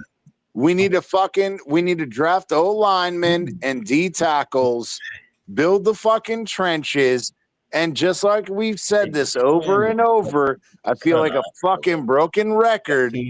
Once you get all the fucking trenches fucking fixed, then you can fucking find your quarterback. You got cheese on your fucking chin. I wanted to ask James, what do you think about that kid Ryan Williams over there in Alabama? He said you got cheese on your chin. He's special. I mean, he's really special to him. I mean, he lit you guys up, man. That was crazy. I think he didn't. Well, not against LSU. I think he only had like a couple catches in that game. I think you're talking maybe against Georgia where he had the. Oh, that was Georgia. Yeah. Those acrobat catches. Yeah. Hey, James said, "Stop fucking picking up my college team, motherfucker." No, I like that kid. I think he's got some special talent, like you said. Hey, James, I told everybody about Jaden Daniels. I said he's going to be the best QB of the bunch. Yeah, and I didn't know if he would be better than Caleb, who was obviously Caleb was the number one pick, but Jaden's definitely easily been the rookie of the year. What he's done is incredible with a not very good roster. I saw him playing against Ole Miss, and I was like, "Damn, that dude is the real deal, man." For real, I could pick up that talent. Hey, if y'all don't know, James got the fucking mini helmet fucking collection of the century. Y'all have to check that shit out. Oh, hell yeah. On old videos, this dude, he's the real one. He got it. James is an old school MDC contributor. Hell yeah. He was there fucking numero dos. I think he came in second fucking show. James has fire takes, man. He has fire takes. He will tell you like it is. Even His Saints suck. His Saints suck. But Saints suck. But James will tell you like it is, whether you want to hear it or not.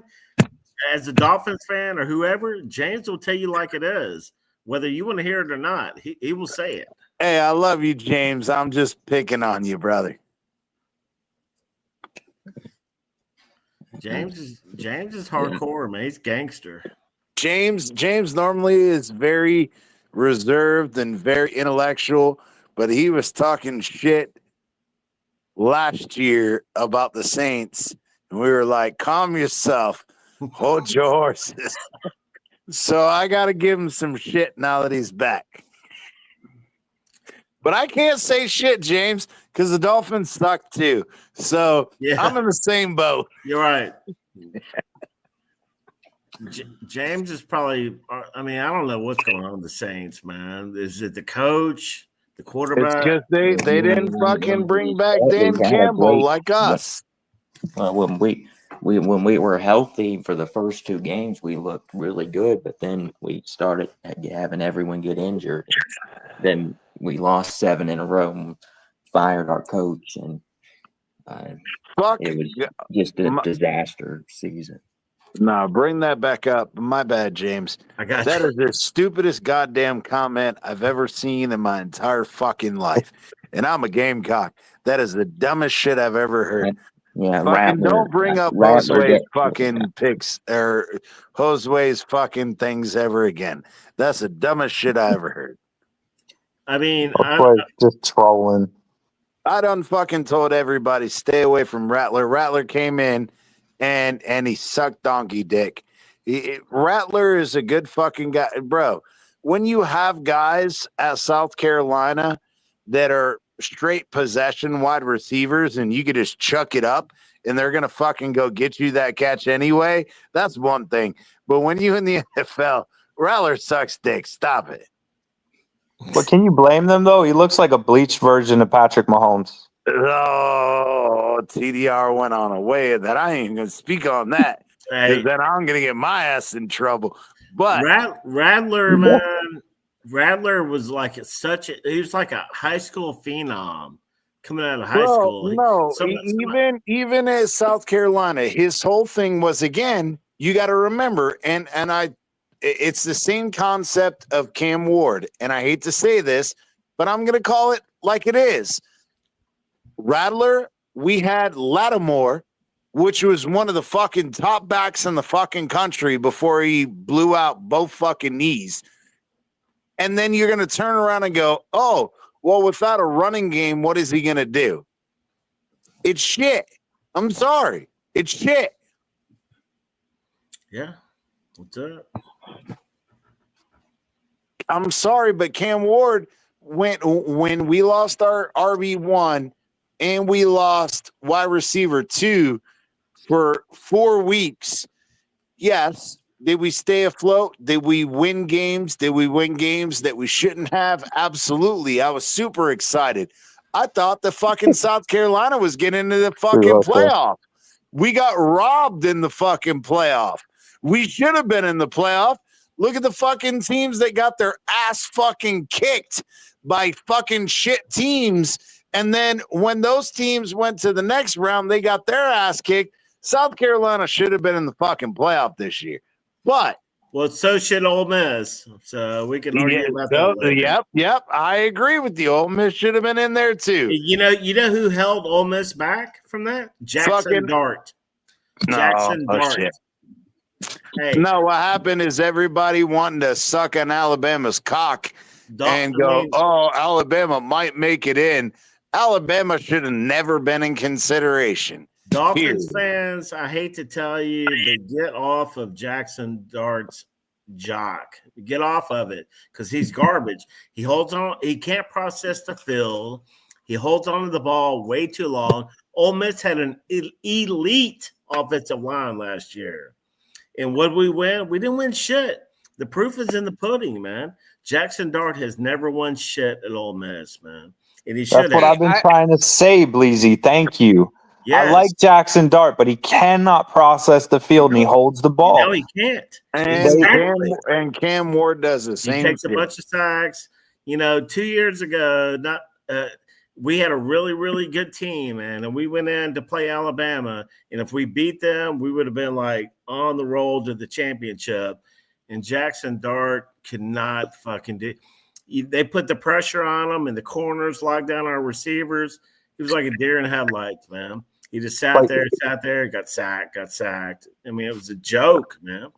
Do you know what the requirement is now, Bleezy? This is why everybody is on Jackson Dart. Is he tall? Yeah, he's pretty tall. Can he throw 70? Yep. All right, good. Right.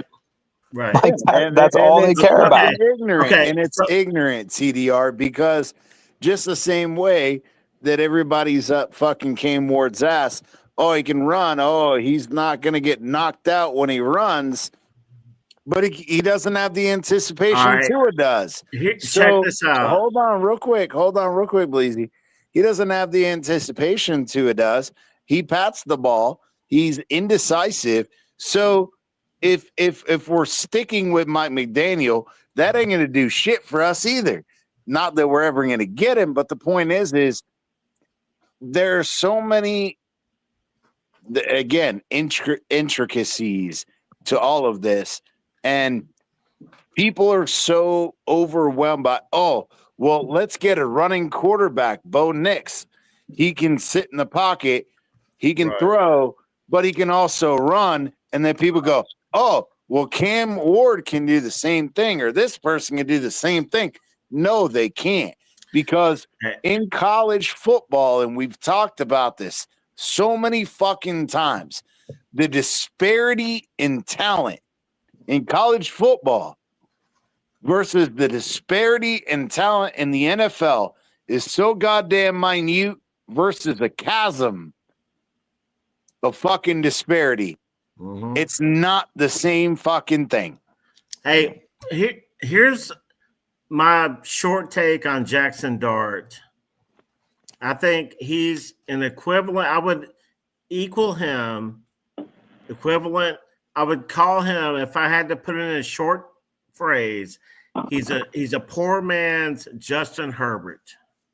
Oh God, no! Fuck that. No, that's what Justin Herbert sucks goddamn dick. Yes, I think Dart might have bigger balls than Herbert. Oh shit! But that's not hard to do. With that. Joe said Will Levis.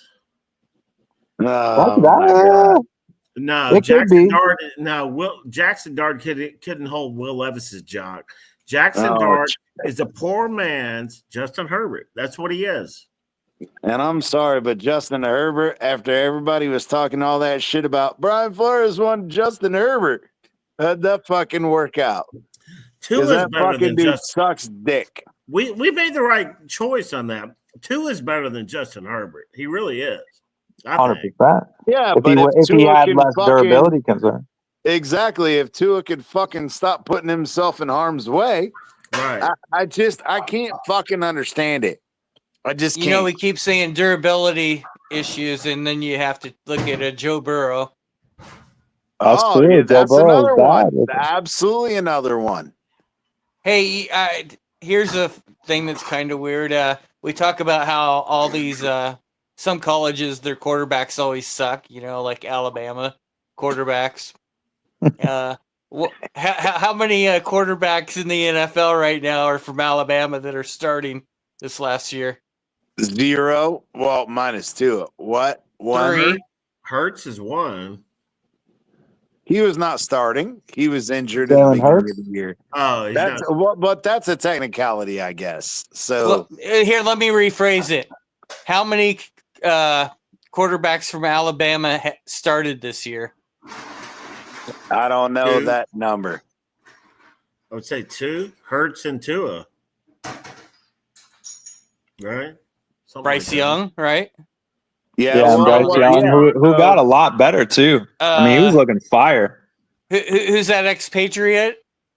Mac He Jones. started the game this year too. Not by Oh, choice stop though. that. That wasn't Four choice. starting quarterbacks from started by a Alabama, fucking injury. and we Stop say it. Alabama It's the quarterbacks same can't way play with in the fucking- NFL.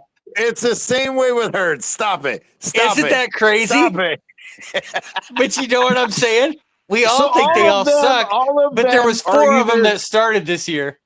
So Yeah, all but of Mac them- Jones all really, of them really are sucked, on though. teams. Hold Well, on. yeah, I So- agree. So what But you're he's got to saying start is this year, I believe, down there. So what you're saying is We need an Alabama quarterback. Alabama quarterbacks are either injured or they come in for injured fucking quarterbacks. Yes, possibly. I mean, you know. I mean, Tua did it. Hey, Tua did it the first time. I'm just saying it's kind of weird, you know, about that, you know, there's no good quarterbacks from Alabama, but there's 4 of them in the league that have started this year. But again, being good and being a backup or being an injury-prone starter doesn't necessarily make them a good quarterback. No, but they've all, I mean, Wack Jones, his first year, you know, they were claiming he was great, right? Stop it. Right? Patriots were Didn't they? fucking, Well, they had no choice. you The know. Patriots had no fucking choice. Stop that. I don't And even Bryce want to Young, they were going to that. run him out of town, and then he started playing good towards the end of the year. Man, I Yeah, watched but- one game, and he actually really did look good, to be honest. But I I'm don't just mind saying that. it's kind of funny. I hear you. I mean, with Alabama, basically, when it comes to the draft, just draft an Alabama player. They got good backups there. You What do know, we say? more than likely, you're going to get a really good player. 'Cause Well, that's what we need, right? That's Yeah. kind of what fucking Tua is. It's a good backup quarterback at jump in this here? fucking point. And the other thing, talking about quarterbacks, do you think they're going to fucking pull it off and Dion and the boys going to go to Dallas? Shadur, No, it's not. we don't want that. I mean, I don't want that in Miami. It's not going to happen down here. No, I'm saying they'll be in No, Dallas. in Dallas. Yeah, no. Oh, in Dallas. Okay. Prime No, Sanders- Dion to coach, and they'll draft his son.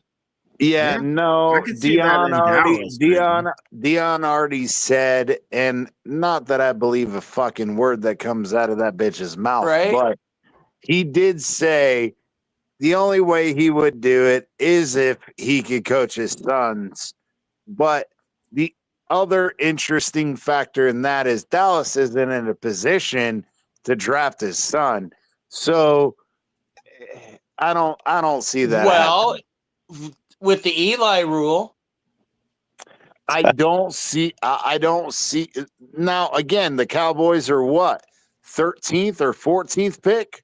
No, they're before us, and we're 13. I think they're like 10th, 11th, something like that. Okay, so even if that, you got to give up quite a bit. No, he's going to say, I won't play for any other team, just like Eli did. Yeah, but if they do that, then it turns into a whole nother fucking situation of bad culture.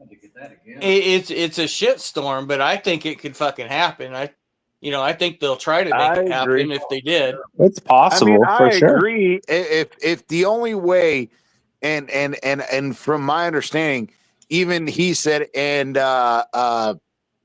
it was clear, was if they did do that, they have to purge a shit ton of fucking salary cap space.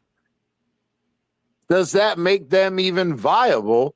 You're gonna have a shit team for 2 or 3 years just to fucking make that happen, because you have to trade picks and you have to fucking clear salary. Like you said, is it possible? Yes, but it'll be a fucking shitstorm.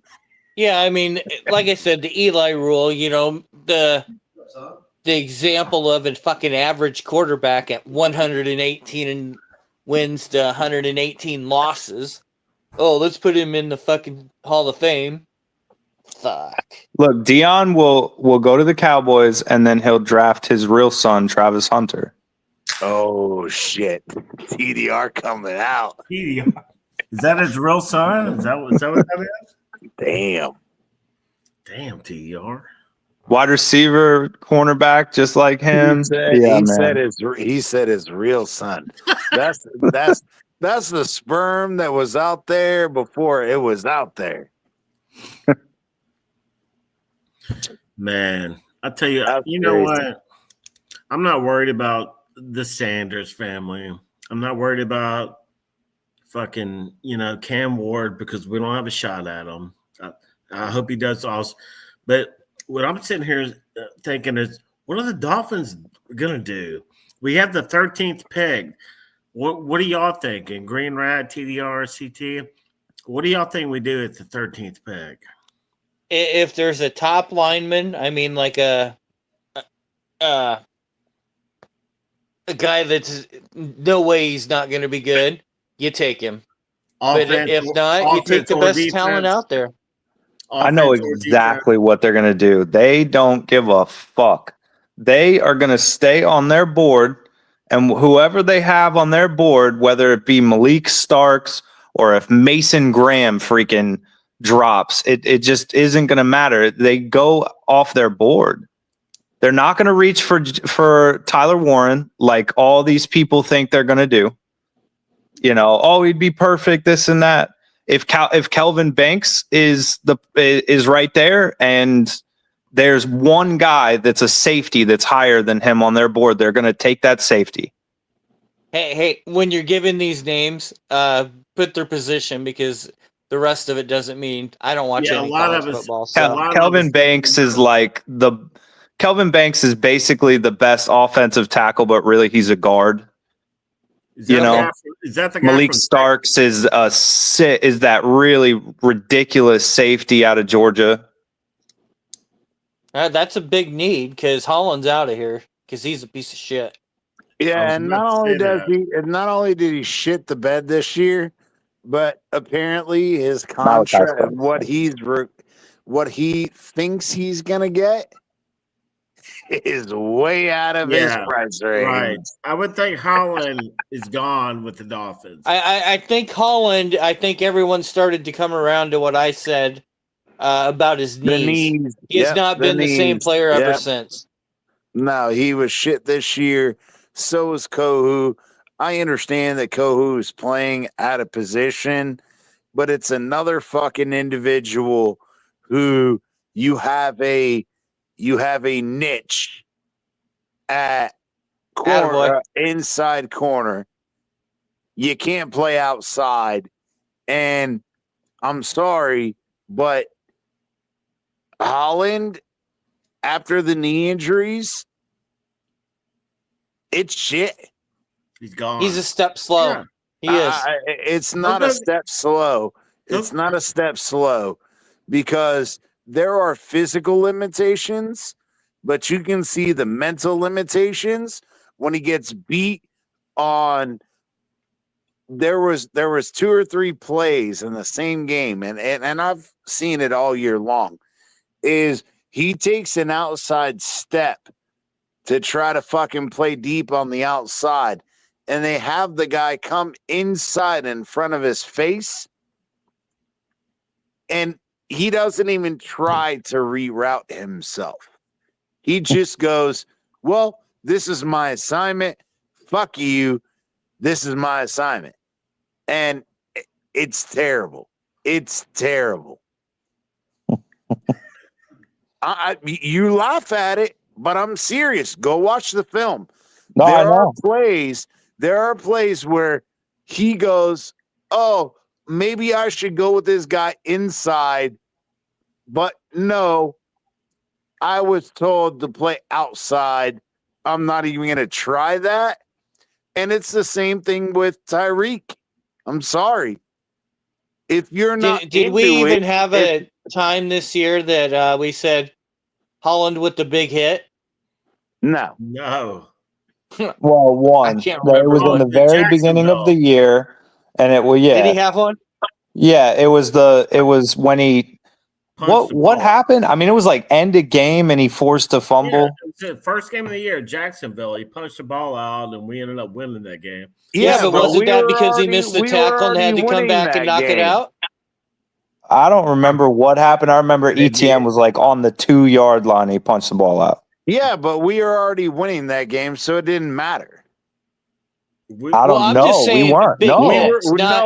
We were down. We were up 3. If they scored the touchdown, we would have been down 4, and we had like 5 minutes left. So it's not like it was, you know what I mean? It wasn't like he saved the game. You know what I mean? Not like when Howard knocked that shit out, that other game. You know what I'm saying? Hang on. First of all, shout out to Canes in the building. What's up, Canes? Yes, sir. Vamos, gatos. Yes, sir. What's up, Canes? Hope all is well. Happy New Year. Much love, my brother. But no, yeah, it's not like Javon Hollins. But it's not Javon like Hollins won that Howard game. You I know, don't know what he the did score not. was, but he punched the ball out, and that's what won us that game. But again, like I said, yes, in the short term, it won us that game. But we still had 5 minutes left on the clock. We could have gone down and scored. Now, yes, did him stopping them from scoring make a difference? Absolutely. But it's not like Howard. Remember when Howard punched that ball out last year when there was only fucking a minute, 24 seconds left on the clock and he punched the ball out? That's a completely different story.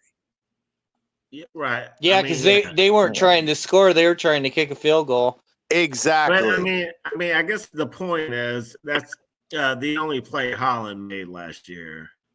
Yeah, I mean, what I was talking about was the big hit. You know, like not knocking the ball, but just a pass breakup. Laying somebody out. He used to do that. Not anymore though. Holland got beat for 6 touchdown passes this year. Did he really? Yes. This is, and they gave up a few other ones where he made a decision not to tackle a guy. Well, but they're not counting those in these statistics. They're just saying based on the coverage, these are the ones he gave up. So that's 6. Even if he missed 2 or 3 tackles, we're talking about 8 or 9 touchdowns he gave up. I mean, that's what I'm saying. It's more. So what I'm saying, Green Rat, this could be another weakness because Poyer is not going to be around for too long.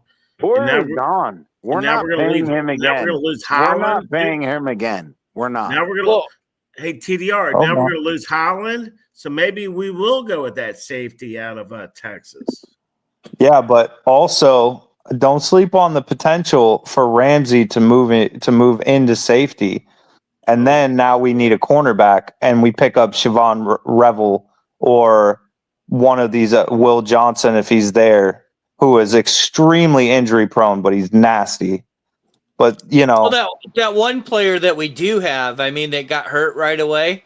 He was showing some good tape and stuff early in the year. Cam Smith was doing well. Yeah, but he got injured early. He got injured in week 2. Cam Smith. Yeah. No, the safety that got hurt for us. The rookie. Oh, you're Patrick talking about the guy McMorris. from Virginia. Yeah, McMillan or something. McMorris. McMorris. Patrick McMorris. He was balling in preseason. But McMorris was. Then he got hurt. So I mean, here we are, hurt players again. But maybe McMorris will come back. Maybe they think McMorris is going to take over that safety position. I thought once he came off IR that fucking Poyer would be on the fucking bench, but so Poyer's gone. Y'all think Poyer's toast? Yeah, Poyer's absolutely gone. We're not paying him another 2.5. So these players that was doing the hotel rooms, I bet you fucking Holland was one of them. It might be. I don't know. The report was, and because I was on Big Philly's show, and there was a dude that had a tweet that talked about, he was like, this room ain't big enough for me. And I can't remember which player it was, but you can go on Big Philly's show and find it because the dude had the fucking tweet. The guy was like, this room ain't big enough for me. I'm leaving. And it was a huge fucking thing. And I can't believe that it wasn't reported on as much as it was. But he was saying when people called him out or whatever, he's like, I'm not the only one doing this, so fuck yourselves. Hey, do you think it was who's the linebacker they got shit canned? Anthony Walker? Jr.? Yeah, Anthony Walker Jr. No, the one before, or our starter from the year before. Long. Yeah. David Long. You think maybe it was him? I can't remember. You got go watch his show. It was whatever show it was that the dude had said it, and he was like, I'm not the only one, so go fuck yourself. So, and this was in the middle of the fucking season, dude. We're talking about week 7, week 8. Well, that's about when Long got cut. Yeah, but he also got cut from his from the next team, whoever that was. I can't remember. Like he's been cut when twice I went on that this show year. and I heard that, I was like, dude, like you can't even keep your players in the same fucking hotel. Well, I mean, there's nothing to fucking. I know you were saying, not have them play, quarters and stuff like that. I mean, yeah, but you got to win games. You can't. Yeah, but you got to set the precedence. That's the problem with it. But you got to set the precedence. But then you just cut the motherfuckers, to my opinion. Which they did, which is a good step, I think. But I think it's you suspend them for a quarter or a half or a game, and then if they don't comply, then obviously you don't give a fuck. So yeah, cut them the fuck out. You know what? I agree. I think, and I hate to say it, and I'm sorry, Bleezy, I just don't like the whole. Finding them isn't gonna help anything. He never said that. What he said is that we did find them, but it didn't do any good. There's a difference in how you're saying it. No, because he also said we've done that, and he said I've watched it in previous stops, meaning in other teams I've been on where I haven't been the head coach, that's happened. And it hasn't helped either. So my point was, if you've seen it and it doesn't work, and you do it and it doesn't work, then you need to find another way. That was my only argument. But there isn't no way with those players. I mean, they're gonna keep doing it. They're fucking filthy rich. Right. They don't care. If you keep them out for a game, and they want the fame They want the incentives on their contract. The players you're talking about have so much money, it doesn't matter. What it And comes I down agree to, with that. And I agree with that. But you have to find where it fucking hurts. it's One it's way or called- the Well, other. Hang on. Does this not bother you that fucking Noah Igbenogany and Deshaun Elliott are both like top rated DBs right now? It's got to be the culture down here. Green Rat's got a jersey. He's got. I said that fucking it's a South Florida team. That's what the problem is. But no one wants to listen. Why did you got to bring that up? Green I think Rat. it's I already important. put that in chat earlier tonight. Go back and look. TDR, you're fucking, you're adding fucking salt to the wound. It's just not necessary. Of all players to bring up Iggy with Green Rat up here, let's not, me up here to bring Iggy with me up here.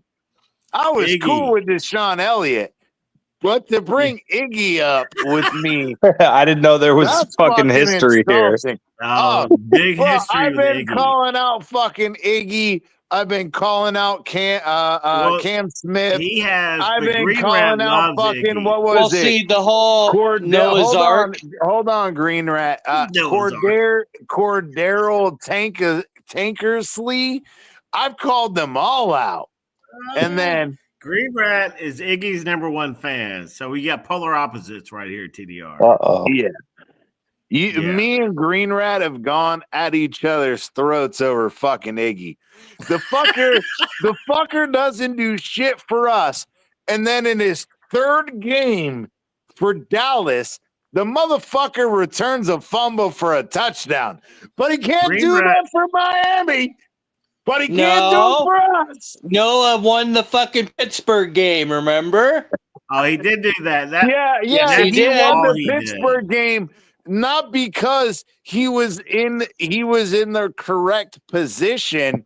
It's that the quarterback tried to throw out of bounds and he Doesn't didn't fucking throw matter. it far enough out of bounds. And Iggy happens to be there. No, you say it doesn't matter. It does.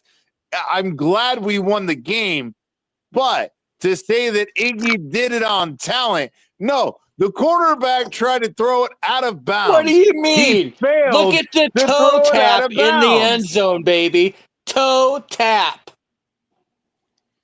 Iggy nailed that one. But that's about No, all. but the whole Noah's and I will Ark thing give him that credit. Shake. He did nail it. But again, the quarterback tried to throw the ball out of bounds and he failed to do it. Now, do I give credit to Iggy for making the catch? Yes. But at the same time, if the quarterback threw the fucker out of bounds, then it wouldn't have fucking mattered. Hey, did he not have his head turned around? Yeah, Iggy's for out there once in making his that money. goddamn life. For once in his fucking goddamn career, he did. I know. I heard that Noah was playing pretty good in Washington, but and Iggy's out there making that money, man, playing playoff games. That's how Iggy does. Yeah, but he's also like one of the top 5 rated DBs. Like, it's nasty. Hey, congrats to him though, man. Hey, and that's something that we've talked about quite a bit. Well, why is the talent Jermaine Illuminor during the Brian Flores era and the other offensive linemen that both of them we cut? Hold on, real quick, Bleezy. Both of those offensive linemen we cut ended up being top 5 in their position in the NFL, but we cut them. And then, dude, Michael Dieter is serviceable right now. I mean, it's bullshit. He's balling too. CT, it comes back to what was kind of bizarre about the whole Iggy pick when we drafted him. He was like, you know what? I'm done. I don't want to talk about Iggy. He was not. If I'm not mistaken, he was. Let's move on, Bleezy. We're going to talk Iggy all night, baby. Stop poking the bear. Iggy was 19. Bleezy. He was 19 or 20 when we drafted him. Okay. I was like, what the hell? Bleezy, stop poking the bear. Let's move on from Iggy.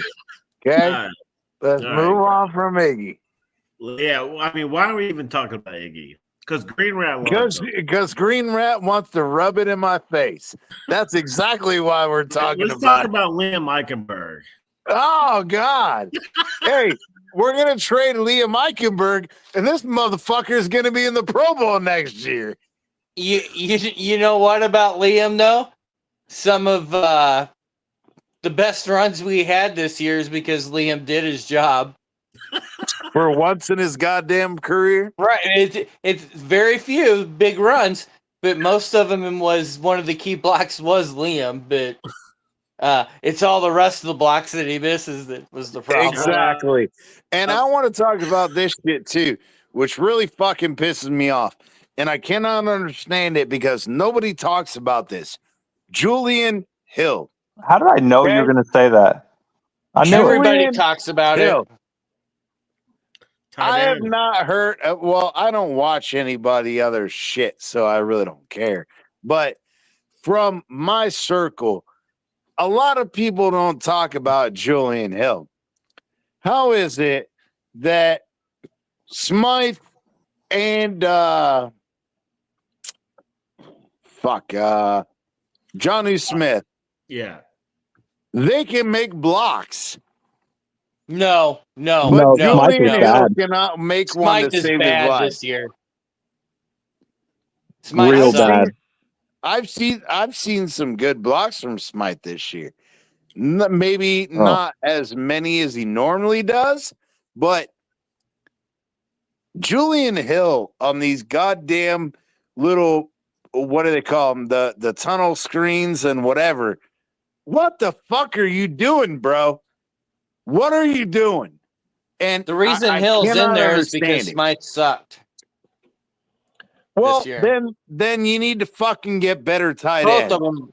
of them are out of here. You know I what? mean, they're gone. Both of them. Somebody got to fucking get better somewhere because I've seen so many of those tunnel screens that I hate, but then I see a missed block and then I go, okay, I could see while you're running the tunnel screen, but if the block was made, that'd be great. But the block wasn't. So it fucking sucked. I think that's what pisses McDaniel off so much is because some of the guys are so pathetic, and which I know that goes back to, obviously they're on the team, blah, blah, blah, but you can tell it's that one block that some guy just fucking whiffs, and that the rest of the guys had that fucker sealed off, and we were ready to go. It ruins the play. That'll do it. Julian Hill and what was the other one? The other receiver that we had before DeBose. Man. Oh my God, the little skinny looking one. Tight end? No, the receiver that was doing the crash block. It was before Grant DeBose came in. It was another undrafted guy or another like bottom of the barrel guy. You're talking about D. Eskridge? Yes, Eskridge. Oh my God. This dude, the guy would be in front of him and he would break his own ankles without blocking the guy. And I was like, what the fuck? You know who the worst guy was? Shit. The worst but best receiver blocker has to be Jalen Waddle. He really never blocks the guy good, but he never gets called for a hold. He does a good job of getting in the way, but it's not a good block. But yet he gets it away enough that it usually works. Yeah. But if he get a good block on him, it might spring for a lot bigger, but Yeah, that Estridge guy fucking pissed me off so many times. I was looking at him, I was like, you didn't even get in front of him. Like, you broke your own ankles. You fucking faked yourself out. And Julian Hill did that shit too. There were a few times I saw Durham Smythe do it too. he would get out there and he was like, "Oh, I'm going to set the edge," and then he lets the guy get inside of him, and I'm like, "Bro, You know what are you doing?" Hey, TDR, I don't know who's out there in the draft. What about taking a tight end with the first round pick? The Dolphins could use. They're not going to. That's the problem. I mean, like Tyler Warren is amazing. I know. He's in the level of like George Kittle type, but he's not. They're not going to take him. They're not going to do it. I know. Just take an Iowa tight end. They're always good. We need a good tight end. Our tight ends are garbage. You know, a good tight end. I'm not just saying this because I'm a Canes fan, but third round, Elijah Arroyo. Yeah. I mean, he's a good tight end. He'll go before the third round, dude. He's getting hyped up right now. He might. I mean, everything changes after the Pro Bowl or the Senior Bowl and all that. So combine. If we get one, they have to be an extremely good blocker. I don't give a shit about the hands.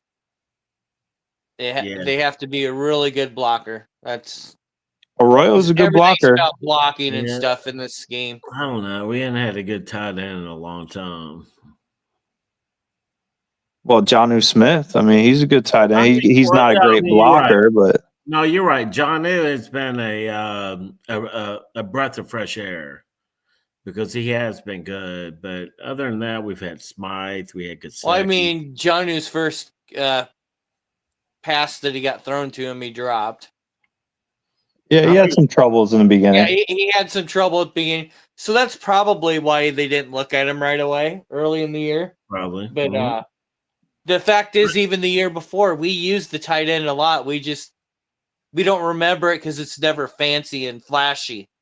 I mean, you go back to I think we should have used John. We played, but the year before, we used the tight end all the time. Yeah, when we had Gesicki, yeah, but then the year after we used Smythe a lot early. I guess the year after Gesicki left, the year after Gesicki left. Smythe is nearly exclusive as a seam buster. He can't really do much else. He can't, and now he can't block anymore, so he's fucking out of here. Yeah, he was blocking well during that time, but now, like I agree with Green Rat, I don't know what the fuck happened with the blocking, but his blocking, it has to be more out in area, and stuff. Where the other, everything was a little tighter and it wasn't as hard for him. But in space, he has trouble. But the problem is, just fucking cross-body the motherfucker. No. Him and Austin Jackson used to get out on fucking screens like nobody's business. We probably did miss Austin Jackson this year quite a bit. And that's where I think that maybe, and again, I'm not putting it all on Austin Jackson though. That's Smythe fucking underperformed and he's got to go. If you cannot find somebody to do the job, bring somebody in who will. I'm sorry. Smythe needs and I love Smythe. Smythe has been one of my fucking favorite fucking tight ends for the last 2 or 3 years. But bro, when you start declining in production and you can't do your job, then you gotta fucking go. I'm sorry. I think Ingold needs to go too. We drafted Smythe the first that same year we drafted Gesicki. So remember that? We drafted Gesicki like second round, Smythe fourth round. Everybody's like, what the fuck? Yeah, but again, Gesicki was a one-trick pony. And Smythe was the opposite one-trick more pony. Solid. Smythe, it was the yin and yang. You got the catching. We got good production out of Smythe, man. We really did, but I think that he's fallen off, and I don't know why. I don't know why, but I'm sorry. You got to go. And that's kind of what I was saying about taking a tight end, especially when he's getting $3.5 million. Mm-hmm. We gave him a raise 2 years ago. We gave him a 3-year contract at $9.5 million. So it was like I think the tight Well, end. 3.25 or 3.35 or something like that. The year that Smythe played really well, pretty much all he was doing was chipping and catching out of and the then backfield. and leaking out. Right. They weren't asking a whole lot of him, Right. but he almost always caught the pass. Yeah. But no, he the- did. but Very the seldom ones- ever dropped a pass. And I agree, but when we asked him to block one-on-one, he did well. I think that now that's kind of fallen off. Well, it's because he's on the move in space, and he can't do it. Well, if then that's the case, then fucking Chris Greer and Mike McDaniel should know you don't fit the system anymore. Let's bring he's somebody outta in here. who can. I think they've Yeah, already it's kind of also- talked about that, or a lot of people have. They expect him gone. It's also Well- angles. I mean, like you said, we were using Yes. a lot of tunnel screens and different types of screens. Yeah. That's a lot Right. different than blocking Yeah, for somebody off the edge. I was in that's the Hard thing, Rock. though. But that's the thing, my bad, Bleezy, is the last 2.5 years up until this year, which we did use quite a bit of tunnel screens, but not nearly as much as we did the previous 2 years. If your efficiency on blocking on those tunnel screens is going down, you got to find somebody else. I'm sorry. Yeah, there was nobody else. Well, that's a Chris Greer and a fucking Mike McDaniel problem. Which And it is brings about, us full circle. which and is so about for to be that- blown up. So for that, we're going to fucking wrap a bow on this bitch. 2 hours. Your boy CT. CDR, Green Rat, thank y'all for coming up, man. Your We're boy gonna be Bleezy. back. Thanks for having us, guys. Green Yeah. Rat, TDR, MCJB, Big Philly, Colin, Josue, James coming out, all the boys. It's a madhouse. we're back. It's We're been a back. shit storm of a Dolphin season. We are always We're gonna about the regroup. fins up. We're gonna regroup in MDC. We'll be breaking it down. We'll Yes, bring sir. in TDR. Everybody Green Rat. everything will be okay after the Bills lose this weekend. Exactly. And that they're will gonna get their Bills will ass choke. whooped. the Bills The will choke. Ravens are gonna fucking whoop that ass, bro. I'm sorry. But we will have a show after the Ravens whoop that ass just Oh, to yeah. laugh at them. The But- only problem is Lamar. When's he gonna have that really fucking shitty game? He's gonna have it the week after because he Right? sucks dick in the AFC championship There game. you go. So Mhm. he's gonna beat the Bills and then he's gonna have a fucking shit game against Kansas City. Fair Oh, I enough. should tell you because I mean, low key, I haven't even said anything about it, but I'm gonna be dropping a show with Ace Per Head on Monday. Oh, shit. Hey, damn. shout it out. Drop Good. the link in the chat. Let's do it. Hey, you know, TDR, we'll back you up, dude. You We'll know, be in there. We'll be in there on the show with you, bro. We'll Yeah, come in bro. the comments. We'll be oh, there. yeah, Thanks, guys. I appreciate it. yeah. Absolutely. TDR, Hey, you know we got I'm you. calling it right now. The Lions in Kansas City is the Super Yeah, Bowl. I like that. Yeah. Hope so. I hope the No, Lions it's win, not a hope. honestly. I'm calling it. I wish I could bet on it. I got to get one of you guys to bet on. I'm not going to say that publicly. Nah, Hey, me. I don't. Bro, I fucking but hate yeah, Kansas City this so- year. We're cool, bro. Hey, anyway, we're going to wrap it up. Green Rat, final thoughts, brother. I love that we're running it back. That is the most condescending answer I think I've ever He fucking heard loves in it. my entire Yeah. life. Okay. TDR, final thoughts. Whatever happens, the Kansas City Chiefs cannot fucking win the Super Bowl. I agree. I am all Take for the out Patrick fucking Mahomes' Lions legs, winning, something. baby. It can't happen. Hey, Dan Campbell says bite their fucking kneecaps off. Somebody gonna fucking bite the kneecaps. Whatever. But go ahead, Bleezy, and then Hey, I'm I gonna close it appreciate. up. Hey, it feels awesome to be back on live, man. Kicking it with the boys. I appreciate y'all coming on. We're gonna keep it popping. We're gonna build the momentum and just keep it rolling in the off season. We got the draft and everything coming up. I'll get with CT. We'll get a schedule put together and we'll get it popping, man. I love you boys. All right, I love everybody who came on. Thank you guys for everybody coming supporting the boys. Our team sucks dick, and our management sucks dick, and our coaching staff. But it's minus about to get blown up. It's about to get blown up. Minus Anthony Weaver sucks dick, and so I think that we've got a lot of fucking shit going on this year for people who are going to be positive, like, you know, the boy Squiddy. You can be positive all you'd like. It's not gonna fucking work. This next year is gonna be shit. As long as Chris Greer and Mike McDaniel We're are in going to the charge. Super Bowl, baby. CT, we're gonna get Cam Ward and win it all, bro. Yeah. You fucking sound like goddamn green rat. You never We're know. gonna go. Chris Greer may make some moves. 17-0. We're gonna may go end up with 21-0. We may end up with Shadur and Dion before it's all over. You know.